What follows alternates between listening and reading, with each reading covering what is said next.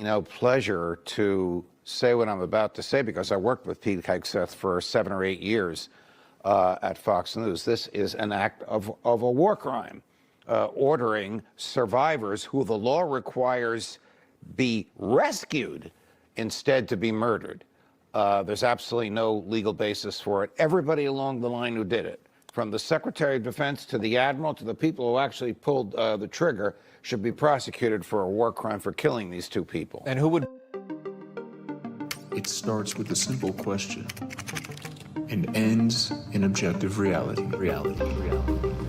Through our journey from there to here, we find one another and ourselves.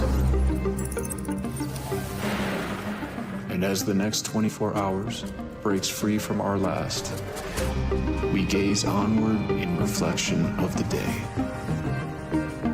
Come to your own conclusions. Stay vigilant. Welcome to the Daily Wrap-Up.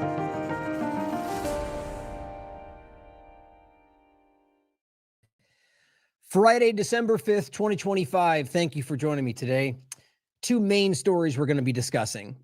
An interesting story that I only caught wind of today that I wanted to make sure you didn't miss, that has been something we've been following for quite a long time in a lot of different stories and different parts of technological related infiltration, spyware, relates to NSO and Pegasus. It's a company, the primary company, called Intellexa.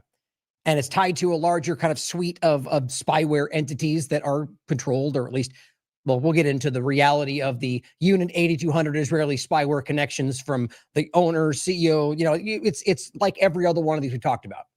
And how this has just been exposed by Amnesty International, by Haaretz, the leading Israeli newspaper, how this has basically, we'll go through the hows of it, but around the world, smartphones have been potentially infected with this. And that doesn't mean ubiquitously every single phone everywhere, at least not that I can see. But it means that this is something that has gone global and has been for quite a long time. This is just a very obvious example. Even as it was Amnesty discussed it, I think they called it the Rosetta Stone of spyware. And the point being that it really brings together everything that people who have been talking about this and arguing where it's going have been trying to prove and claim for quite a long time. Primarily about Israel, the government, not about anything other than that. The government's actions and how they're doing that. Already claims of racism somehow tied into this, despite it being government actions and surveillance, spyware. And importantly, the overlap with the United States, the Trump administration, the reality that this is something that has been pushed back on by the U.S. for a long time and been sanctioned, but quietly allowed to happen, even in this country. And now with Trump's administration, they're just pulling back and allowing it to happen yet again on the surface, despite being inherently illegal in everything that it's doing, and overlapping that with the discussion of the pager attack, the conversation of phones blowing up in Gaza, the reality of what's been happening, the threats from Netanyahu that I see as threats about, you all have a piece of Israel in your pocket. There's a very clear agenda taking place around this. So we're going to go through that particular story, why it's important and how it connects to, pretty much everything we could discuss. But what I can clearly prove it connects to, we'll discuss today. I'm going to talk a bit about Gaza around that as well. That is important to discuss. And we're also going to talk about Venezuela. Now, it's not just Venezuela that is the focal point, but obviously that's the main kind of discussion around the war state and what's been going on, but it's much larger. Obviously, the continuing genocide in Gaza that the U.S. government, all sides of it, support. We're going to touch on Syria. And if we have time, depending on a few factors, I'm going to get into this as we go forward in other shows anyway, but my plan is to discuss further from there, Somalia, Minnesota, the Sudan, Congo, how all of this ties together in multiple ways, and really just political manipulation around it as Trump uses it against political opponents he doesn't like, when it's a manipulation of the story in whether it's about the blue wall state that they're trying to discuss to try to swing that some other way, even though my opinion about voting and how that plays a little factor in what really happens today, or just using that for outside interest or for another power that wants him to do so. But these things are continuing to escalate. And the Venezuela part, obviously, which is what we'll start with, and the bombing of these boats, as we started with Judge Napolitano. It's confounding where we are, where these things are so patently obvious. That's a crime. What they did the first time was a crime, even if everything they claim was true. I said this right in the beginning. It's sort of like the free speech discussion. We said, well, even illegal immigrants have constitutional rights, and all the screeching partisan patriots who think they're fighting the deep state but actually seem to be destroying this country with their stupidity are rushing out to tell you you're wrong, even though they were wrong, even though they don't understand these things clearly if that's what they're claiming. And the same thing here. We're talking about an illegal action, regardless of if everything they claim was true, and then they continue to do it. And then it continued to be proven that most of what they were claiming wasn't true. Some drugs have been found. The reality of the full picture is that they clearly don't know for sure. And I don't even think it's about drugs. The lie of fentanyl in Venezuela is ridiculous, and they still push it. We'll go over that today. But how that relates to the bigger picture of the multiple Southern Hemisphere actions they're taking and what this really means. But again, just the understanding what these things are, the lies that are being spun in the mainstream alternative media and corporate media is where we're going to start. But as always, I'll give you my opinion about how it connects and what it could develop into. And we're going to start with some important stories to get out of the way, or I shouldn't even say it like that. Very important stories that we're going to continue to follow up on, one being Brook Jackson and Pfizer. But my point is I want to start with them since it's a smaller segment so you can see them before it gets buried in a 4-hour show. But I really want you to see, important, showing you both the fact that, the two-party illusion, but also that Brooke is just holding to her guns. She's right, and she's been proven right, and yet that both left and right are pushing back on this. This shouldn't be surprising, as Trump's leaned in heavily to the COVID-19 mRNA shot direction, despite all of the claims. And we'll talk about Massey and the January 6th development around this story. And I'm going to leave it right there. It's one of the most frustrating things of the conversation today because of how ridiculous this is. And it's just the same old Bondi, Cash Bongino kind of just clumsy mess that pretty clearly was just a response to Massey coming out and acting like they just solved the world by showing you they arrested somebody. It's pretty sad. And other things we'll get into. So let's start today with Brook Jackson. And you guys know I support her immensely just because, what she's doing is right. She's put everything she has on the line to show you the truth about this story. If you don't remember the reality of it summed up quickly, I was the very first platform to interview Brook Jackson about this. There was the written report from the British Medical Journal. The Last American Vagabond was the very first platform to discuss with Brook Jackson. And in fact, I had to coax her into this over months. We talked about this, and she was worried about it. It hadn't happened yet. And we finally agreed to it, and we went through extensively, and I've interviewed her about 4 times since then, I believe. And this story has only gotten more clear. It was clear the first time we talked about it. It was clear when the British Medical Journal broke it down. It was clear the second interview we had when even more evidence came out. And still, here we are where Trump's administration is trying to put this back to bed. So the story was she was working for Ventavia, which was an extension of the Pfizer trials, of the COVID-19 trials, and it was who they had hired. And Brooke had worked as the manager for that and found problems to make it quick. There's a lot we can get into. The result, we went over it in depth in the first interview, what she found, how she cataloged it, how she could prove in their emails that they knew they were breaking the law, but lied about it and tried to cover it up. All verified, literally the documents in front of you. And then she called it out and then basically got removed fired around with the overlap of the FDA within a very short period of time, acting like these were separate situations. And at the end of the day, it all got put to bed. And so she sued basically under the termination, but ultimately a lot of information has come out around that. Now there's so much more to that story, and there's, take the time to go through this. What we're at now is that all of that behind us, where she's been fighting since then to show you how dangerous these COVID shots were. That's one of the main parts, is that if the trials were compromised, if they weren't truly doing them properly, I think we know what that means when we can see the big picture. We all can, if we're being honest. These things kill people.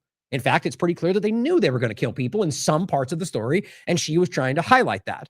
So here she is this was when I first saw her discussing this, November 16th, 2025, where she came out and said on November 15th, Pfizer lawsuit update.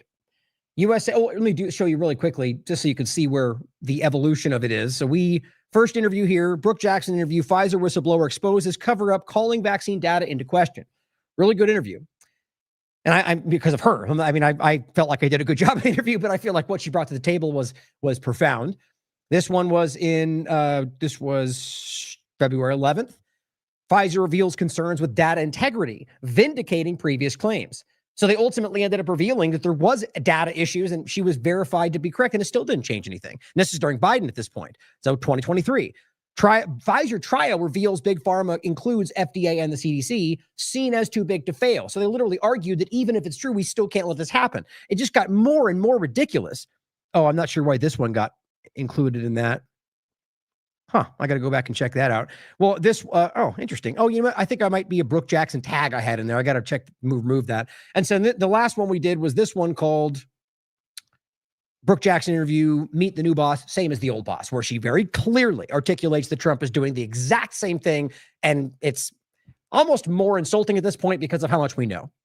Also, this one, the DOJ sides with Pfizer and Brooke Jackson lawsuit, Trump's DOJ. And before that, even the point about the, basically, as Robert Barnes has pointed out, that their argument against Brooke Jackson was simply that we simply provided for them the fraud that they ordered, and apparently that upheld in a court of law. I mean, it's confounding. So she comes out and says, update after all of that. Ventavi and Pfizer, it's officially scheduled for an oral argument December 3rd, 2025. So that was 2 days ago. At 9 a.m. in the Fifth Circuit, and it says, this is a public hearing. You can attend in person in New Orleans. It says, doesn't surprise me that a case exposing fraud, the taxpayer-funded data used to authorize Pfizer's products is something the government wants to bury, but it still shocks the hell out of me. So they're basically trying to keep this quiet, right? And it was an appeal that they're trying to shut down. So then it comes to December 4th, the day after they had the appeal was put down. It says, the DOJ represents your agency. You believed in me. And she said, dear Kennedy. So she's basically appealing to Kennedy, who people still hope is going to show you that he is the opposite of what he's been doing, or rather been allowed, you could argue he's involved in doing the opposite of what he promised, or you can argue he's blackmailed and bound by something. I mean, there's plenty of things you can consider, but we have to be honest that the Maha direction that he championed, what he did a monumentally good job of doing before this administration, has not only fallen flat, it's going the opposite direction. Other than a few positive steps, it has gone shockingly far in the direction of self-amplifying shots and fake butter and fake salmon and CRISPR pig meat. Yeah, that's where it's going. It's quite obvious. Or PFAS pesticides. I mean, there's just not what every one of those he's spoken out about, and yet somehow they're happening. So back to the shots, which, by the way, is also happening. Despite all the claims and narratives, as I've shown you 100 times, August 27th, this is the new 2025-2026 COVID-19 mRNA shot. Comirnaty. Wherever the mRNA is in there, which you guys don't probably need me to prove that to you, but there it is. COVID-19 mRNA. This is the new shot. After they came out and said we were removing mRNA, they gave the new COVID shot being given to people. They also leaned into self-amplifying shots very publicly. Or I shouldn't say it like that, in documents, but lied about it publicly. But on the surface of the story and documentation, they're leaning heavily into self-amplifying mRNA COVID-19 shots. In case you want to watch that show, I'll include that. So she says, dear Kennedy, the DOJ represents your agency. You believe in me and in the lawsuit I brought against Pfizer so strongly that you made sure I had the help. This is before he was involved. And it says, and the right attorney to fight it. You stepped in because you knew the truth mattered. How can you stay silent now when the appeals court can rule any day and DOJ is actively undermining everything you once supported? How do you go from championing this case to disappearing when it matters most? I need you back. I mean, I think we all know what's happening here. The Trump DOJ, the Trump government doesn't want this to happen. Obviously, they're leaning into mRNA shots. So this is problematic. And so either he's being quiet because he's on their team, or he's not allowed to speak, or he's not capable of speaking. You can only choose so many things. Oh, and here it is. Trump admin leans into self-amplifying shots. I'll include this for you so you can check that show. It's worth watching the show. And just for one example, Arcturus, COVID-19 vaccine, self-amplifying shot is one they're currently working on, which he specifically, self-amplifying, Kennedy specifically highlights this company as one they're going to allow to continue making self-amplifying mRNA shots. Check it out for yourself. I know there's a lot of yelling people out there that claim falsehoods, but this is easy to prove. Okay, December 5th. Before his confirmation, Kennedy helped me secure legal counsel because he believed the clinical trial fraud allegations needed to be pursued. Now DOJ is trying to dismiss that same case in his name. He's their client. So which is it? Did Mr. Kennedy change his position, or is someone overriding him? It's clear to see, guys. Add Bondi and her ties to Pfizer to the equation. We need answers, folks. The public deserves the real investigation into how this happened and who is calling the shots. Guys, look, if it's not happening now, who's coming to save the day? See, the problem is anybody ever pretended or even hoped, or I shouldn't say it like that, even believed for a second, hope all day long, but don't allow that to convince you in the moment that you should not do what you would normally do if it wasn't for the hope. The point being, these are the ones we were told we're going to come save the day. We're Maha and MAGA, and we're going to fight back the deep state and to get rid of the shots and go after Bill Gates and Klaus Schwab. Well, exactly the opposite's happening. And now the people who we were told were going to save us from this are the ones that are hiding or pulling the punches. So you either need to realize that these people are compromised or lied to you. I guess that's the only we have to realize that. Overall, my point, where my mind was going, is just that we can't keep going forward like this is some new politician's going to come in and save it. Every single time it goes this way. I had hope, like we all should, that he might do that, but every moment I was checking and holding his feet to the fire. And the moment I felt something wrong, I said, whoop, there's a problem right there. I still hope I'm wrong, but there it is. That's the only way we can engage with this, guys. So here's an article that came out yesterday. DOJ tries to shut down Pfizer clinical trial whistleblower after FDA admits COVID vax killed kids. So right after we get a leaked document that says that COVID-19 killed, like 10 kids, which is absolutely insulting if you believe that's what happened. I mean, that is, I argue, a Band-Aid on a bullet hole. That's trying to, a steam valve. Let's go, yeah, kill some kids. We lied about it our entire time. We shouted you down for suggesting it could, even though the numbers have shown that the entire time, and now we're admitting a tiny fraction. Well, we know that, guys. We don't need them to say it killed 10 kids. Well, the reality is that it killed a lot of people, and that's been self-evident for a long time. In any case, the government lawyer ignores leaked memo from FDA vaccine chief as he tries to convince appeals court to block Brooke Jackson from refiling her case. Think about how crazy that is. Donald Trump's administration is trying to convince them to block Brooke Jackson's case. But yeah, we're winning, guys. Maha. There's just so much you can take. Call it out. And this is the most recent. If you'd like to watch it, meet the old new boss, same as the old boss. That sure as hell is accurate. Let me share that again. When was this one? This one was in 2025. So, ask yourself, this is just the focal point. There could be so many factors involved, right? But just the general point of the COVID-19 agenda, the general point. How many things has he done? How many things has he investigated? We're told that one of the largest frauds or genocides or both or all the different things we have it's insane to think about what to the children, the time they lost, the education, the life, the illnesses, the waterfall of death and suffering and consequences. And no one's been investigated? Not a single part of the entire agenda. It's just like it didn't happen. We're just moving forward. Look, war with Venezuela, more support for Israel. What about that huge thing that happened to us? What about all the other arrests? You know where the answer is here, guys. What about Pelosi? What about Klaus Schwab? What about James Comey and Letitia? Yeah, we hear a lot of talk, but what I tell you, James Comey's already been dismissed. I didn't want that to be the case. Now Letitia's got some new thing coming out, another claim. We have to start being honest about this. And if he has not even done one thing around one of the most obvious criminal acts I've ever seen in my life, let's be clear, it's probably not going to happen. I hope it does. But then we have things like the fluoride trial that they're already shutting down. We have things like the Second Amendment conversation that I'm going to focus on in the next show, but really just to go over the Prospera points that I want to add to that. But Derek broke that down. Trump is, as according to the Gun Owners of America, Gun Owners Foundation, and many of the most influential gun rights groups are saying this is the most anti-Second Amendment administration, or at least the documents they put forward around this, the act. It was I'm blanking off the top of my head. It was the tax around something that the NRA wanted to go away, and they ultimately removed the tax, but then used the bill to explode what they could do around guns. And they're all going, this is a bait and switch. This administration is lying to us. That's from the hardcore Second Amendment and they were Trump supporters. It's just, you can't be dishonest about this anymore. Fluoride, any of it, guys, they're going in the opposite direction. So keeping that in mind, let's talk about another example of something that this administration seems to be, whether it's individual actions or from the top down, it doesn't matter. There's something going on. And you know my opinions about that, but I just want you to start asking these questions. So the January 6th conversation. Massey came out about this, and we covered it right when he talked about it because it was interesting. He came out and showed you some pretty powerful stuff, suggesting that there was somebody connected to the government that was likely involved. That's where the evidence pointed, and argued it was clearly not a single person. That's what the evidence showed. And nobody said a word. Cash, they just quiet, crickets.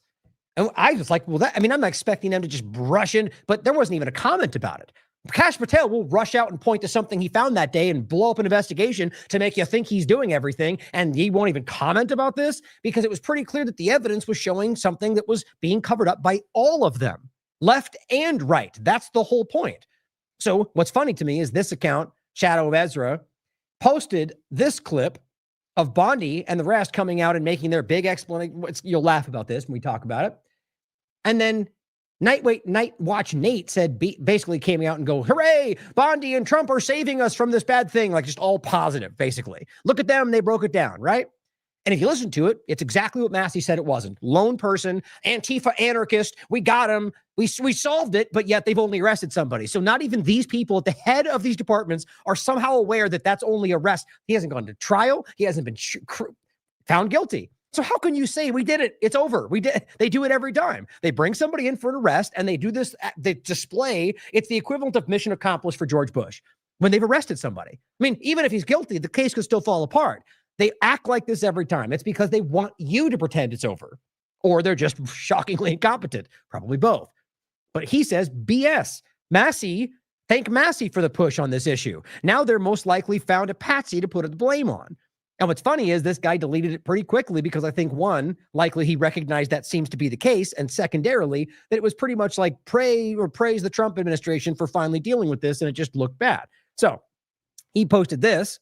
Brian Cole has been identified. Brian Cole, who I'm not familiar with. In the case of what Massey was first talking about, that doesn't seem to line up with his information, has been identified as the pipe bomber, according to this DOJ and this administration, which has been pretty shockingly dishonest, more than even usual. An anarchist, which is just ridiculous to me. You have to understand that this is the idea that they misrepresent this as chaotic or terrorism. It's not. It just simply means a structure of society that does not have a place for government rulers. There's rules.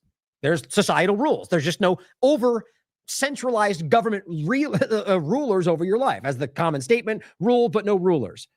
But they use this to try to make this the case. One, I always say, because it's the only ideology that has no place for them, but also because it's about trying to create the overlap to what they say they're fighting, which is the left wing. The term they've been using is the left wing, anarchist, terrorist, Antifa. Okay. He's from Virginia, they say, who's now exactly 33 years old at the time. Okay. Always 33. Everyone wants to point that out. It's, to me, why does that even mean anything in this conversation? Okay. Possibly you can argue that there's some deeper Masonic connection, which is obviously possible, whatever you think that larger means. But why is it in this case? What are you thinking that Bondi pointed to it to like nod to the Masons? And what would that mean if it was even true? I'm not saying ignore it. Trust me. I've done major discussions about this. There's meaning to this, but I just find it funny when it comes out like this. It just, consider that we're just being laughed at when they do things like that. But it says his arrest comes just 1 month before the 5th anniversary. Okay. And all you get is a video of this person that you can't identify, which, by the way, they already showed some of these videos from a different angle. So I don't know why this one is somehow verifies that this is the person. But here's Town Hall. Bondi says the DC pipe bomber, Brian Cole, has been charged with this thing. So what's funny is they're saying use of an explosive device. DC pipe bomber. Even Town Hall. Like, what are you talking about? You mean the alleged bomber that they've arrested and charged with the potential? I mean, we're dealing with a bunch of children right now. People in the middle of this mainstream alternative government. People in like the leading positions in this country are some of the dumbest, most broad, clumsy, disconnected people I've seen in these positions in my entire life. I think it's because we're being broken down by something from the outside. You guys can decide whatever it means. I'm just so embarrassed by this gaggle of idiots that get presented, and they're ridiculous. They're completely subjective. They throw out claims that you prove instantaneously are not even true, and they all stand there like they just saved the world, but nothing's even happened yet. Yes, it's clear that I have negative opinions of them, but it's not because of some left-right paradigm thing. These guys are ridiculous. It's so too is Biden and a lot of the idiots they surrounded himself with. But this is just a special kind of ridiculous these days. And I think anybody honest can recognize that. So here's the case. Cold case, she says. Languished for 4 years. But then Cash and Bongino came into play, and boom, it all came together. But here's the interesting thing. If you didn't have any new information, then what are you saying? They just re-looked at it and connected some dots that were already there the entire time? Well, then why didn't that happen? You can piece together how ridiculous this is when they're saying basically that they magically put it together after all this time, which means they are that incompetent even up until right now, or they were not doing anything until Massey made a point to make it a focal point, and then they had to. And now it seems like they're blaming somebody that appears to not even be the case, as even Massey is pointing out. Here's the clip. Jr. was arrested and charged with placing the pipe bombs at the RNC and the DNC on January 5th, 2021. He has been charged with violating 18 U.S.C. 844, which is use of an explosive device. This investigation is ongoing. I mean, ask yourself, why would they all come out like this for an investigation that hasn't concluded, for someone who's been arrested, who has been charged, and it has yet to flesh out?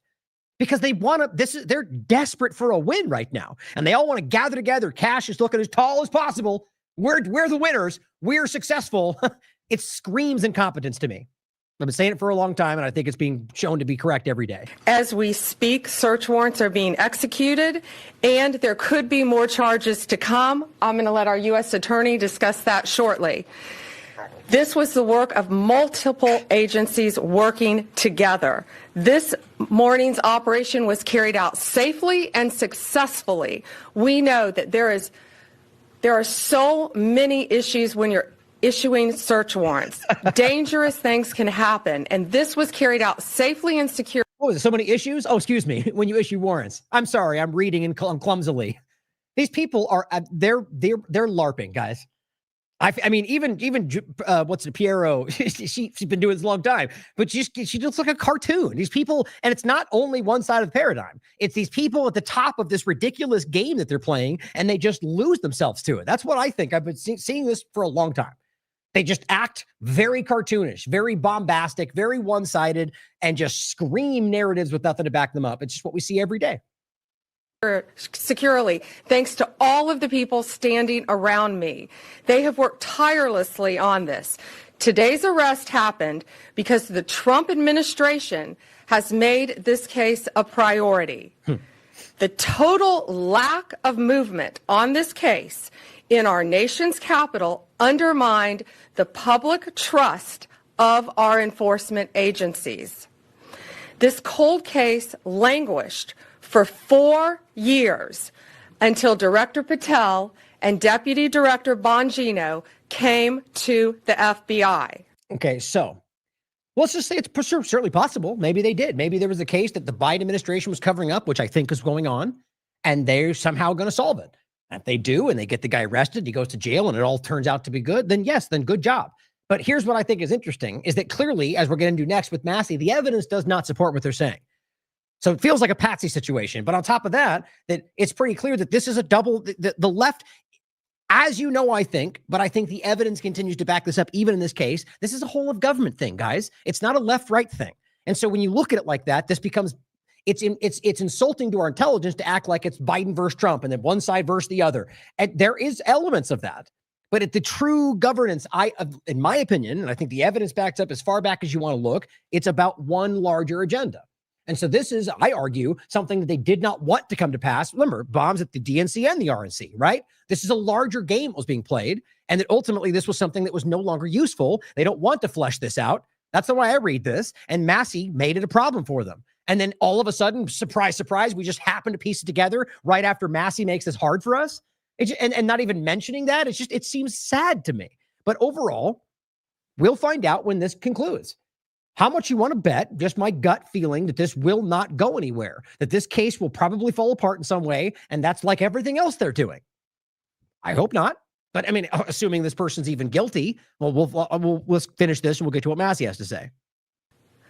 The FBI, along with U.S. Attorney Piero and all of our prosecutors, have worked tirelessly for months, sifting through evidence that had been sitting at the FBI with the Biden administration for 4 long years. Right. Well, okay. Well, then, I mean, certainly possible that's exactly what happened, right? I mean, seriously, but why wouldn't that been brought up? Like if everything, and also let's realize all the 7,500 other things they told you they were going to go after Biden for that haven't happened and no one's gone to jail.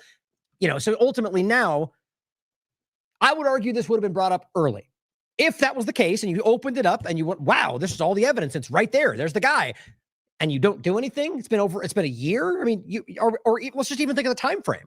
Why would it take this long to piece this together if there was nothing new? I mean, maybe it'll come out. Maybe they tell us it was locked in some secret case they had to find the key for. Who knows what kind of narrative they'll make up. My point is that at the end of the day, this is based on something that feels patched together in response to Massey. And what she's even reciting doesn't really even line up with what's been happening or what they, as a team of the administration, what they typically have done so far. So just think about what they've done and how they responded in other circumstances and apply this to that and just recognize how out of character it feels with what they've done before. But that's just my opinion. So here is the next part. Diligent Denzian, and this is just an extension of the same conversation. AG Pam Bondi says there were no new leads that led to the arrest of the pipe bomber. And he goes, just good, or she goes, just good, diligent police work and prosecutorial work. So he adds valid point. Says so they could have arrested them at any time, but wanted you to believe that it was a deranged leftist for a while, right? Even though, again, RNC, DNC just doesn't add up really when you think about it. This guy says it's essentially a de facto admission that the entire FBI is maliciously incompetent or corrupt, which I've been saying my entire life because I think it's pretty easily proven. The FBI has been an anti-American institution from the moment it was created. I've talked about it plenty of times in the past, including setting up Americans for actions that they weren't responsible for. But it says, and that doesn't mean every single individual, by the way, but as an institution. In a case where the sitting vice president's life, Kamala, at the time, was allegedly in danger. If we take everything they're saying here at face value, they're admitting that they would allow that to happen and then sit on the evidence for multiple years without doing anything about it. Denzian says, I believe they use incompetence as cover, leaving only one explanation per outcomes. I say that often, right? They'd rather be seen as incompetent than criminal, always, if they're given a choice. So here's this clip. Long years. Let me be clear. There was no new tip. There was no new witness. Just good, diligent police work and prosecutorial work. Now, why would you say that? Like, if you know there's this weird time gap where everyone's going to go, well, then why didn't you do anything this entire time? Are you going to pretend that it took a year for you to go through dead file that these agents who are in the FBI are already very versed on? Or are you just saying only cash and damn, they went in their basement and did it by themselves? Like, it just doesn't make much sense. So you could have just been like, we got a new tip. They never reveal what those things are. That just feels like a clumsy response because they want so desperately for you to think they're so good at their jobs that they use a narrative that actually exposes part of their lie. Sounds like what they've done so far. Working as a team along with ATF, Capitol Police, Metropolitan Police Department, and of course, the FBI. We are working every day to restore the public's trust. We hope that today is a significant step towards that progress. We'll share more information when we can and when it unfolds. I cannot stress enough how hard Director Patel and Deputy Director Bongino have worked for months. So, just why do you even need to say that? Like, doesn't that, it just screams that they did a really, really good job. I want to stress that those two they worked hard, guys. It's like we're dealing with a bunch of sixth graders. You don't need to be praised for doing your job. It's only because everybody everywhere is like, those people are so far out of their depth, it's embarrassing that you need to keep stressing it. Doth protest too much. To make our nation's capital safer and to make our country safer. I'd like to introduce now Director Patel. Thank you, General. When you attack American citizens, They call her general. I know that's just typically not the way you would refer to that position. She's not a general, right? It's attorney. It's interesting to me. Listen. Attack America. Thank you, General. That's weird. It's kind of weird. It's like Bondi calling him president instead of Mr. President. It's weird. It's not correct. Thank you, President. Attack American citizens. When you attack our institutions of legislation, when you attack our nation's capital, you attack the very being of our way of life. Oh, you're so eloquent. Just Come out and tell us what's going on. That's the same point, guys. Why we don't need your grandiose explanation about the ethos of where we are in the world. Just here's what happened. Here's how we did it, which is what we've gotten in the past. These guys are LARPing. And this FBI and this Department of Justice stand here to tell you that we will always refute it and combat it. We will provide the safest country. Oh, you're so great at your job. Can't you tell? He's just so passionate. Now get to the point. It's not, it's funny. People always act like this is about some kind of a partisan thing. It's just not. These people are embarrassing to anybody who believes this country as an entity, not the government, is better than what it's doing right now. It's just sad to me. Now here, Thomas Massie comes into play, and this is what he put out on the 4th. He posted this on the 5th, but the 4th is from the comment that he made. So he put this out before this statement. Okay. So here's what he had to say before he even heard what their announcement was the following day. And it's pretty important. And I wonder if they heard this before that they came out and basically said it's a lone guy, Antifa, lefty anarchist guy. Here's what Massie said before they said that. Somewhat of a distraction from what you all should be reporting on. You should be reporting on the lack of diligence for the last 5 years at the FBI on this investigation. 5 years. Let's be clear about that. So he's implicating both administrations. But yeah, obviously Biden, that's the bulk of the time frame, right?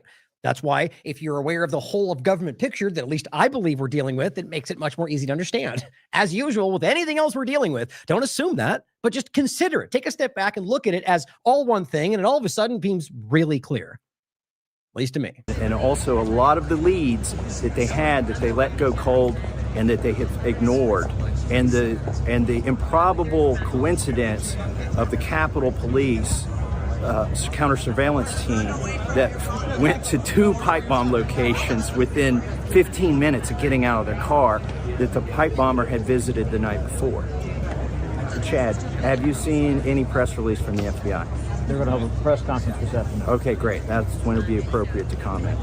Okay. But you don't know, but what you heard so far, you don't know if that syncs up with what they're going to say this afternoon. What I know comes from 2 different whistleblowers.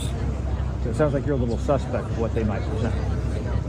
I am a suspect if it doesn't incorporate other facts that I know about.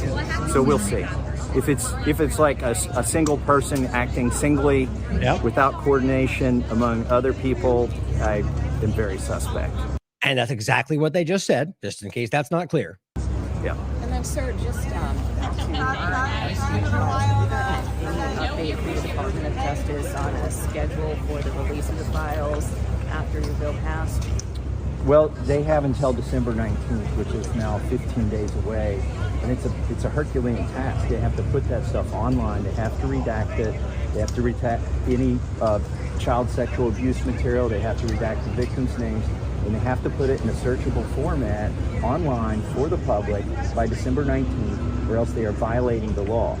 So I hope they're going to be working overtime over the next 15 days getting that done. But to be clear, you haven't gotten any updates from the department? No, and we have asked for a very specific update. Attorney General Bondi said that they're opening a new investigation in light of new information. And in my role on the Judiciary Committee, which has oversight over the DOJ and FBI, I have asked for a meeting where they will tell us what that new information is that they discovered that would justify reopening the Epstein investigation. Can I ask you a couple other questions here? You hear a lot of chatter now about them trying to do something on healthcare in the next couple of weeks. You know how that is the devil to Republicans.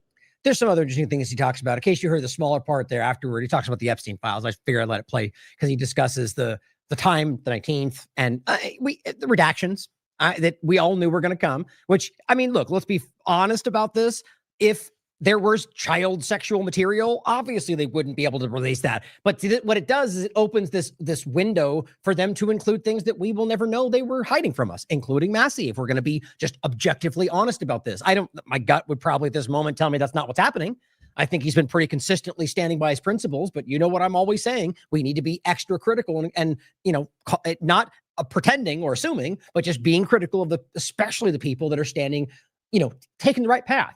Like I would imagine they would want, like I would want if I was up there doing it. I want you to be more critical than ever so it stands out against all the people out there completely lying to you. My point, though, is that we're seriously at a reality here where the information is going to come out redacted. And then it's going to be disputed, which is inevitable. And that's not even some kind of a manipulative thing. It's just, why would we ever take at face value what they're showing us as the full picture? But that's not going to be the real conversation. Just to quickly comment on this, what we're going to get to here ultimately is a situation where, you've got information that's on, in succession after the ones that have come up before. And we can compare the new information. And if there's really nothing that changes the story, then this is a lie, right? I mean, if they release a bunch of nonsensical information that really changes nothing, then I'm going to argue that they were hiding something, because we know that there's more to the story, or this would not be the way this went down. We'll touch more on the Epstein conversation as it goes forward. Now, there's one more clip from Massey. And he just simply said his comments yesterday. So then he comes out and he posts this on today, the 5th. He said, and this is Massey from January 2nd, posting saying, read my report to bring transparency to the facts around the mystery of the pipe bomber. So he's been calling this out since January. And they haven't this is the first I've even seen Cash comment on this. And I could have missed something, but I was looking for that. So he says, in case you missed it, in January, Loudermilk and I released our joint report on the implausibility of the FBI's inability to identify anyone responsible. I'll play a clip in a second. Meaning that the evidence that they have access to, it's pretty clear that there's something here that they have neither left or right. That it wouldn't take a year for the Trump administration to go after this. For the January 6 pipe bombs, he says, I still believe multiple people were involved in this plot and subsequent cover-up. This is going to be a thorn in their side. This is why they hate Massey. And I'm glad, because I think he's doing excellent work right now.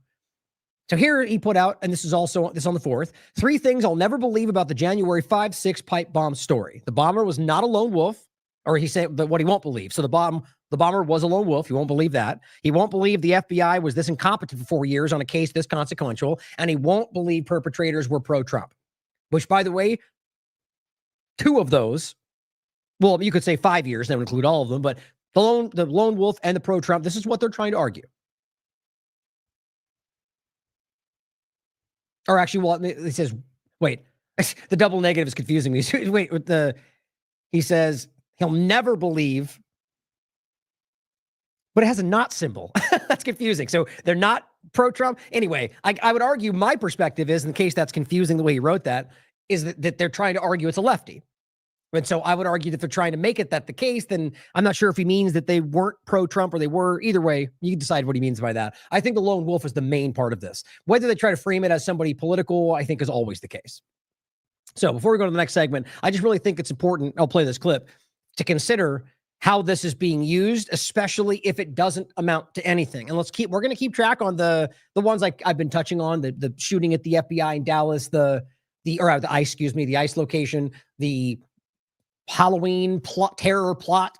I guess we're just stop talking about that. I mean, this case is ongoing. We'll let you know when I think nothing ultimately happens. But I think that's James Comey. I think there's something to this right now, and I think this is just throwing everything at the wall and just hope you stop paying attention. So moving on to the next story. Oh, sorry, I almost forgot.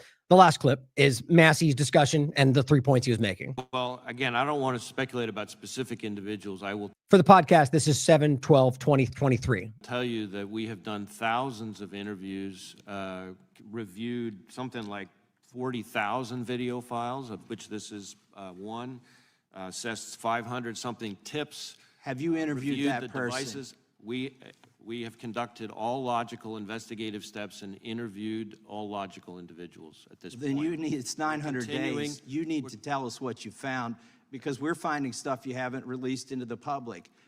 Right. So the point is that all the way back then, under Biden's administration, they had information. It never happened.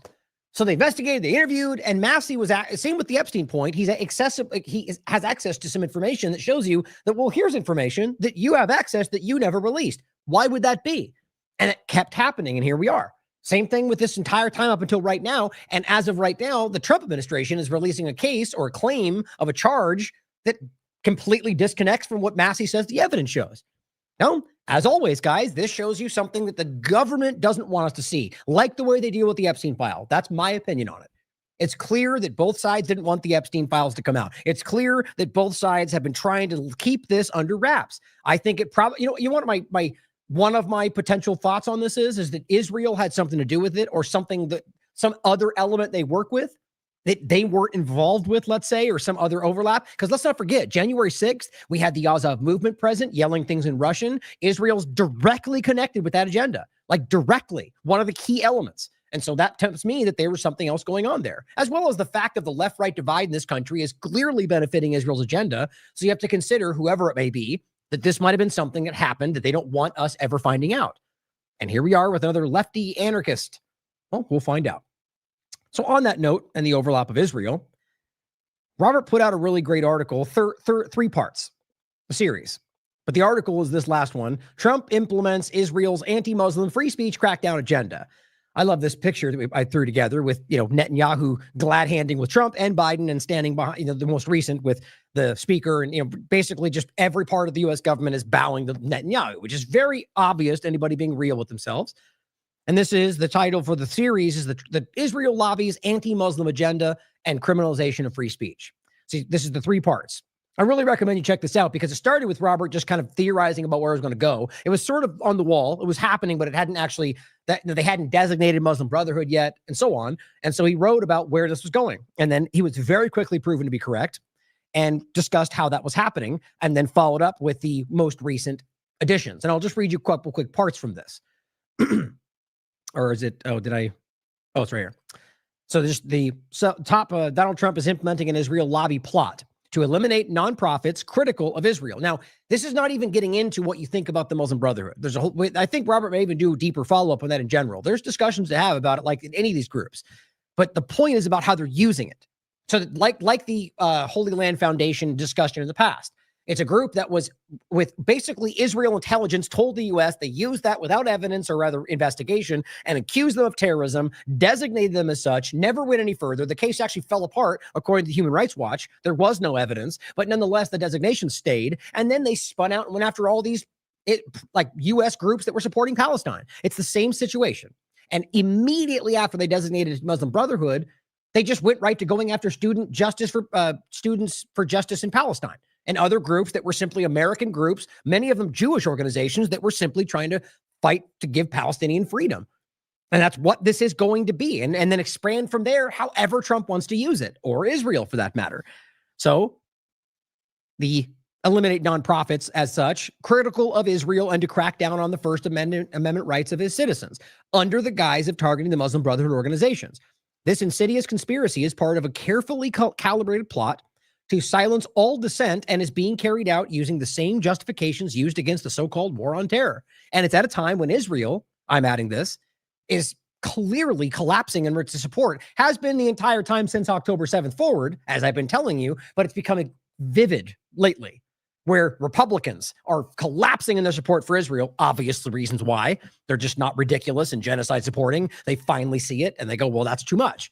And that's collapsing. And so that's why we see the Barry Weiss, Larry Ellison absorbing all of the media and trying to shove that down your throat. $7,000 payments, and Cam Hibby, all these different people are out there trying to scream at you what nobody believes. And at some level, long enough, it probably will work. It's what they've done in the past. So we can't let it happen. But this, wherever I was going with that, I had another thought in there I just lost. But overall, the bottom line is this is about creating those justifications. And he elaborates in these last 4 paragraphs. Targeting the Muslim Brotherhood has 2 distinct purposes. The first is an anti-Muslim fear-mongering campaign designed to convince American conservatives that the 1%, and it is 1%, and remember that because when we get to the Somalia point, if we do today, depending on time, it's the same conversation. It's 1.1% of the Minnesota population. It's just, it's insane what they're doing right now. That they're trying to convince conservatives, American conservatives, that 1% of the U.S. population who are Muslims, that's just religious, by the way. It doesn't necessarily mean they're brown versus white. And it says that those Muslims pose an existential threat, and that through the Muslim Brotherhood, they are part of a grand Islamic crusade style conspiracy, which of course we should consider as possible. Of course we should, but the evidence matters. And while you're staring down the throat of a very obvious agenda coming from a different power and arguing that's the problem, when that's the power, when the Israeli element we're talking about has been trying to thrust Americans into that and at that its entire existence while funding Hamas and funding elements of Islam that they want you to think they're fighting. This is a construct, guys. We are being played.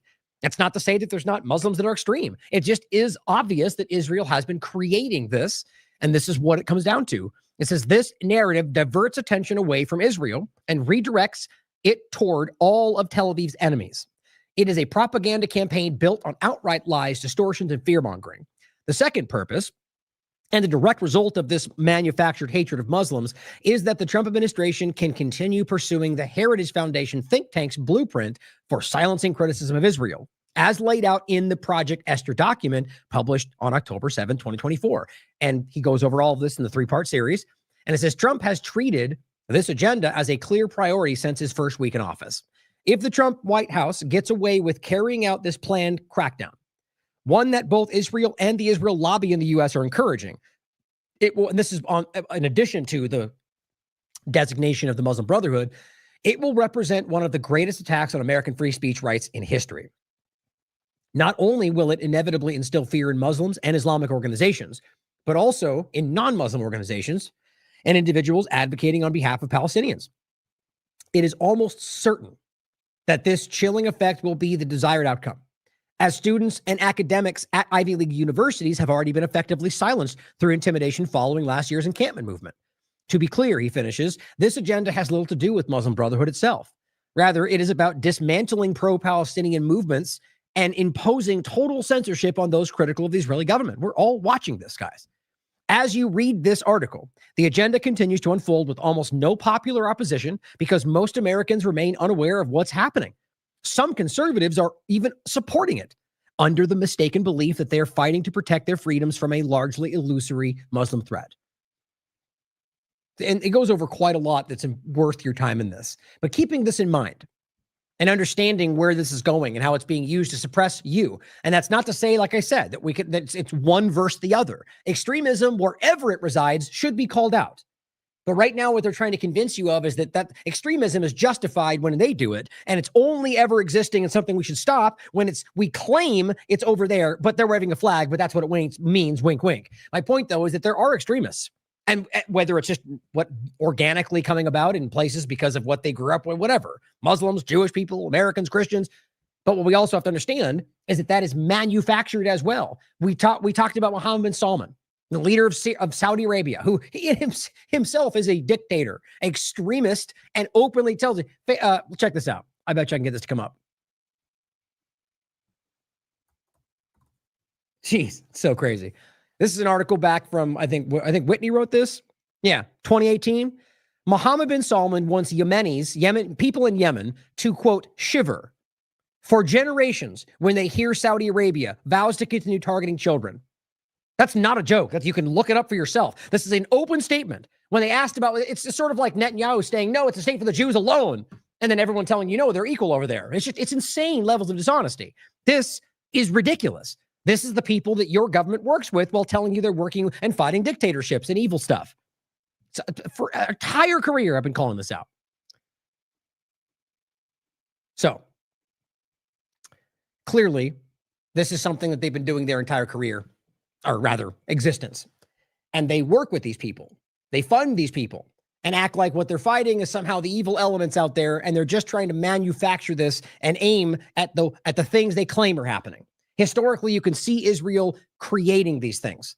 As we said with the Mohammed bin Salman, the idea of the people they work with, or even the groups that they fund. And the point was what Mohammed bin Salman said publicly was that the people that lead these groups, the groups like Al-Qaeda and ISIS, are groups that espouse their Wahhabist ideology, comes from Saudi Arabia, are people that weren't even truly religious, that they're assets, ISIS, Mossad, CIA, and ultimately trick the rest of the people underneath them to adopt the ideology. And this is not all encompassing, but these are statements from people involved. We have been played our entire lives, guys. And so going into the next segment about Israel, so you're going to get some updates on what they're dealing with, or what they're doing, rather. First, here's a clip from Decentered News from Laura Loomer, who is in the State Department, because that's what a cartoon we're living in right now. And she's in there asking about the Muslim Brotherhood, and the answer she gets probably doesn't even matter anymore. So she's over here screaming about how Muslims are bad no matter what, shouldn't be in Congress. Qatar is the worst thing in the world, even though Israel's working with them to do the same thing, and they don't care about that, though. On top of the fact that the Muslim Brotherhood has been designated, therefore they can't, Qatar's connected, therefore Trump shouldn't work with Qatar. right? But they go, no, we're going to do it anyway. How much you want to bet she ends up screeching here and there about it, but doesn't do anything and still supports Trump no matter what, because she's a hypocrite. But on top of that, it's only because Israel wants them to be aiming at only Muslim targets. But then Liam Cosgrove comes in with an interesting overlap that I'll let you hear when he brings it up, which I think is hilarious because it's the exact same point, but it only matters one way, according to people in these positions. Thanks so much for having me here today. Now that the president has started the process of designating the Muslim Brotherhood as a foreign Islamic terrorist organization, will the Department of War still proceed with selling F-15 fighter jets to Qatar? And how will they be able to train Qatari pilots at their airbase in Idaho if Qatar is included in the designation? Oh, that's actually a great question. It really is. The only difference is that they're not going to do anything about it. So she's here acting like this is the Trump administration fighting the deep state and he supports Israel and we're against Muslims. Okay. And then they have a meeting with Mamdani, and it's he's going to make New York great again, and he's okay, and we're great. Now we're on the same side, and we're letting Qatar train inside the United States. I mean, you are if you have principles, which she clearly does not, this would be, well, then you guys are the problem. But no. That's not how that will happen. She'll make the statements and make it seem like she's pushing back and make a couple of crybaby points online about how Trump is doing the wrong thing, and then completely support him no matter what, just like Alex Jones and all the rest continue to do, because they're not really being honest with you. Thank you for the question. We take very seriously our partnerships. And I'm sorry. The rest of it, the way that she responds, it's just so cookie cutter. It pains me. They picked her obviously because she's comfortable. Like, she does a good job staying calm and comfortable, which is pretty much what you need in this position, because you're lying and being attacked all the time because they're dishonest. But she just gives you blanket platitudes and statements that mean nothing. It doesn't address the question. They always do that, but you're going to get what I mean when you listen to this. It's just, we're fighting for freedom and we're the good guys, and we don't do things like that. And we always fight hard to make sure you guys know we're doing the right thing. What does that have to do with anything? That's like saying, no matter what the question is, we're good. So next question. It isn't you're lying, or you could be. It's just hard to not see how kind of like, I guess, the same kind of conversation. Like, if somebody who was an expert at this or has been trained, to be deceptive for governments would be able to maneuver this in a way that makes you think that they're actually giving information when what they're doing is deceiving you. This is just like, we all know they're lying, so let's just go through the motions. This is what it feels like today. Is included in the designation. Thank you for the question. We take very seriously our partnerships, and we always do thorough evaluations to make sure that they protect our intelligence, our operational security, and that they serve the best interests of the American people. The U.S. military has a longstanding partnership with Qatar, and we look forward to continuing that partnership at our airbase in Idaho. And I would just point out that for reference, the Mountain Home, Idaho airbase is not just Qataris that train there. There are also Singapore military folks that are there as well. So it is Israeli, China, whatever. They all just come and go, whoever pays the highest price. But here's the interesting thing about this, right? Okay, so Laura's telling you they're going to designate this group a terrorist organization, right? That's what they're doing. That's what he did. So Qatar is connected to that group. So you're telling me that they don't care that they're working with a terrorist group? Obviously not, guys. They don't care about any of these things. That's what this is showing you. If you're going to they're designating them a terrorist group because they're going to use it like Robert just showed you. They're not going to do anything about it. They're going to Qatar, if this was an issue, which you'll have Liam point out about the overlap here in a second. If this was an issue, well, then Qatar would be implicated. And I'm going to say, well, you either cut ties with that terrorist organization or we can't have, but they don't care. No, we're going to have a great relationship with Qatar. Well, I would just ignore it. They do good things and we vet them properly. Okay, so we'll work with ISIS then. We vet them clearly. We'll vet them really hard, make sure they're not the terrorist guys. If they're terrorists, the claim anyway, most of the people they call terrorists are not. Very easy to prove. The point, though, is that if you're going to say they're terrorists, it just shows you that the undercurrent is just narrative. It's embarrassing. And, if you were Laura, at least what she's projecting all the time, that should be confounding. You should be angry. But she won't. She'll support him. Watch. Base that we do a lot of foreign military training, and we are thankful for those partnerships, and we'll continue to evaluate all of those to make sure, again, that national security is protected. That is the Secretary's utmost priority. But given the fact that the Qatari royal family and Qatar itself is the biggest financier, along with Turkey, of course, the financier of the Muslim Brotherhood, would that relationship and partnership be reevaluated since the designation could possibly include Qatar? I'm not tracking any reevaluation at this time, but again, the Secretary really keeps national security security top of mind, and this administration does as well. So we will always make sure that American assets are protected. Yeah, top of mind. We got it. Shut up, Laura. We're on it. It's nah, we don't care. You know, it's just this is not, we'll look at it and come back. They're not doing that. This would be discussed if that was the case. This is pretty public. So that's it. And she'll go back to supporting him no matter what. Now, here's the obvious overlap that's worth noting. If I could follow up on Laura's question, actually, she mentioned that are we reassessing our relationship with Qatar because of funding of the Muslim Brotherhood? It's been widely documented in mainstream Israeli papers that the Israeli government funded Hamas, which we also designate as a terrorist organization. Are we therefore reassessing our relationship with Israel because of this? That would be a better question for the State Department, as they're the ones who have those foreign diplomatic channels. Oops. Yeah. So note the difference in the response. Same question. No, we don't have any reevaluating on the table. No comment. It's just perfect. These are people are ridiculous, guys. And an honest person can call this out. It's embarrassing. Clearly there's an issue right there. Clearly there's a contradiction really on both parts of the conversation, but the way they regard one or the other, it's just obvious. And that overarching point is that they funded terrorism in every way you could possibly find. Whether we're talking about ISIS and Al-Qaeda, which we've done an entire focus on, we'll brush over it today, how clearly you can see that they funded, worked with, armed, and continue to help them, on top of the fact that Hamas was funded by Israel. The most radical elements around around the world or the Middle East have been funded, backed, and utilized by U.S. intelligence and Mossad as far back as you want to look. It's one of the most provable things in this conversation. And yet we pretend they're the ones fighting terrorism. No, they've been cultivating it and using it to basically reap what they can, take what they want from whoever they want. So this topic about Gaza and Israel is just important to make the clear what they're actually doing. You know, while this is still the case, here's what Israel is doing in case you were, hadn't been paying attention. So this is just a report from Waleed Shaleed. Is from CNN. CNN did their own report and found that IDF shot starving Palestinians trying to collect flour.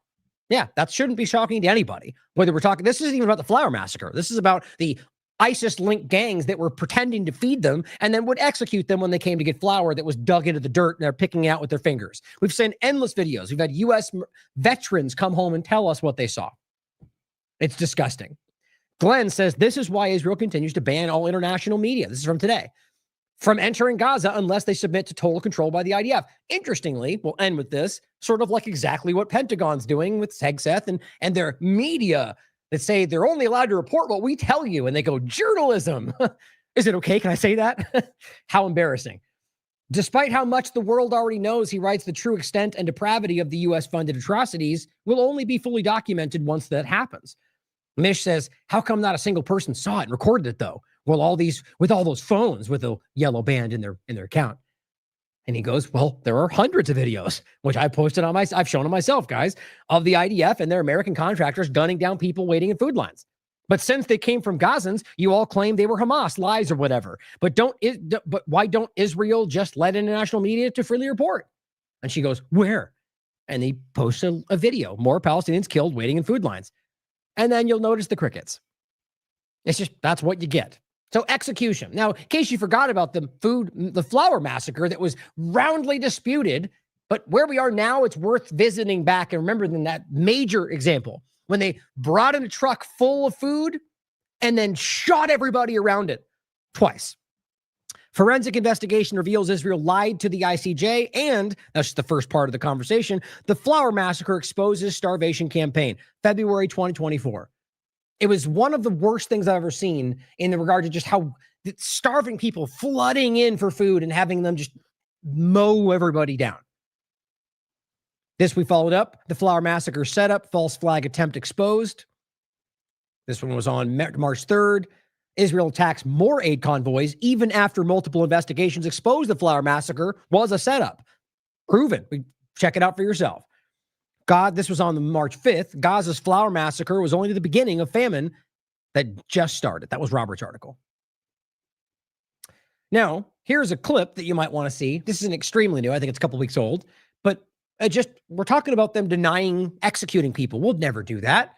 Well, here is this woman. I forget her name again. It's, where is it? Tali Gottlieb. We've covered her many times. She was the one that lied about there being no Christians and no churches until she was caught live in the air and just deflected and moved on. They're disgustingly dishonest people.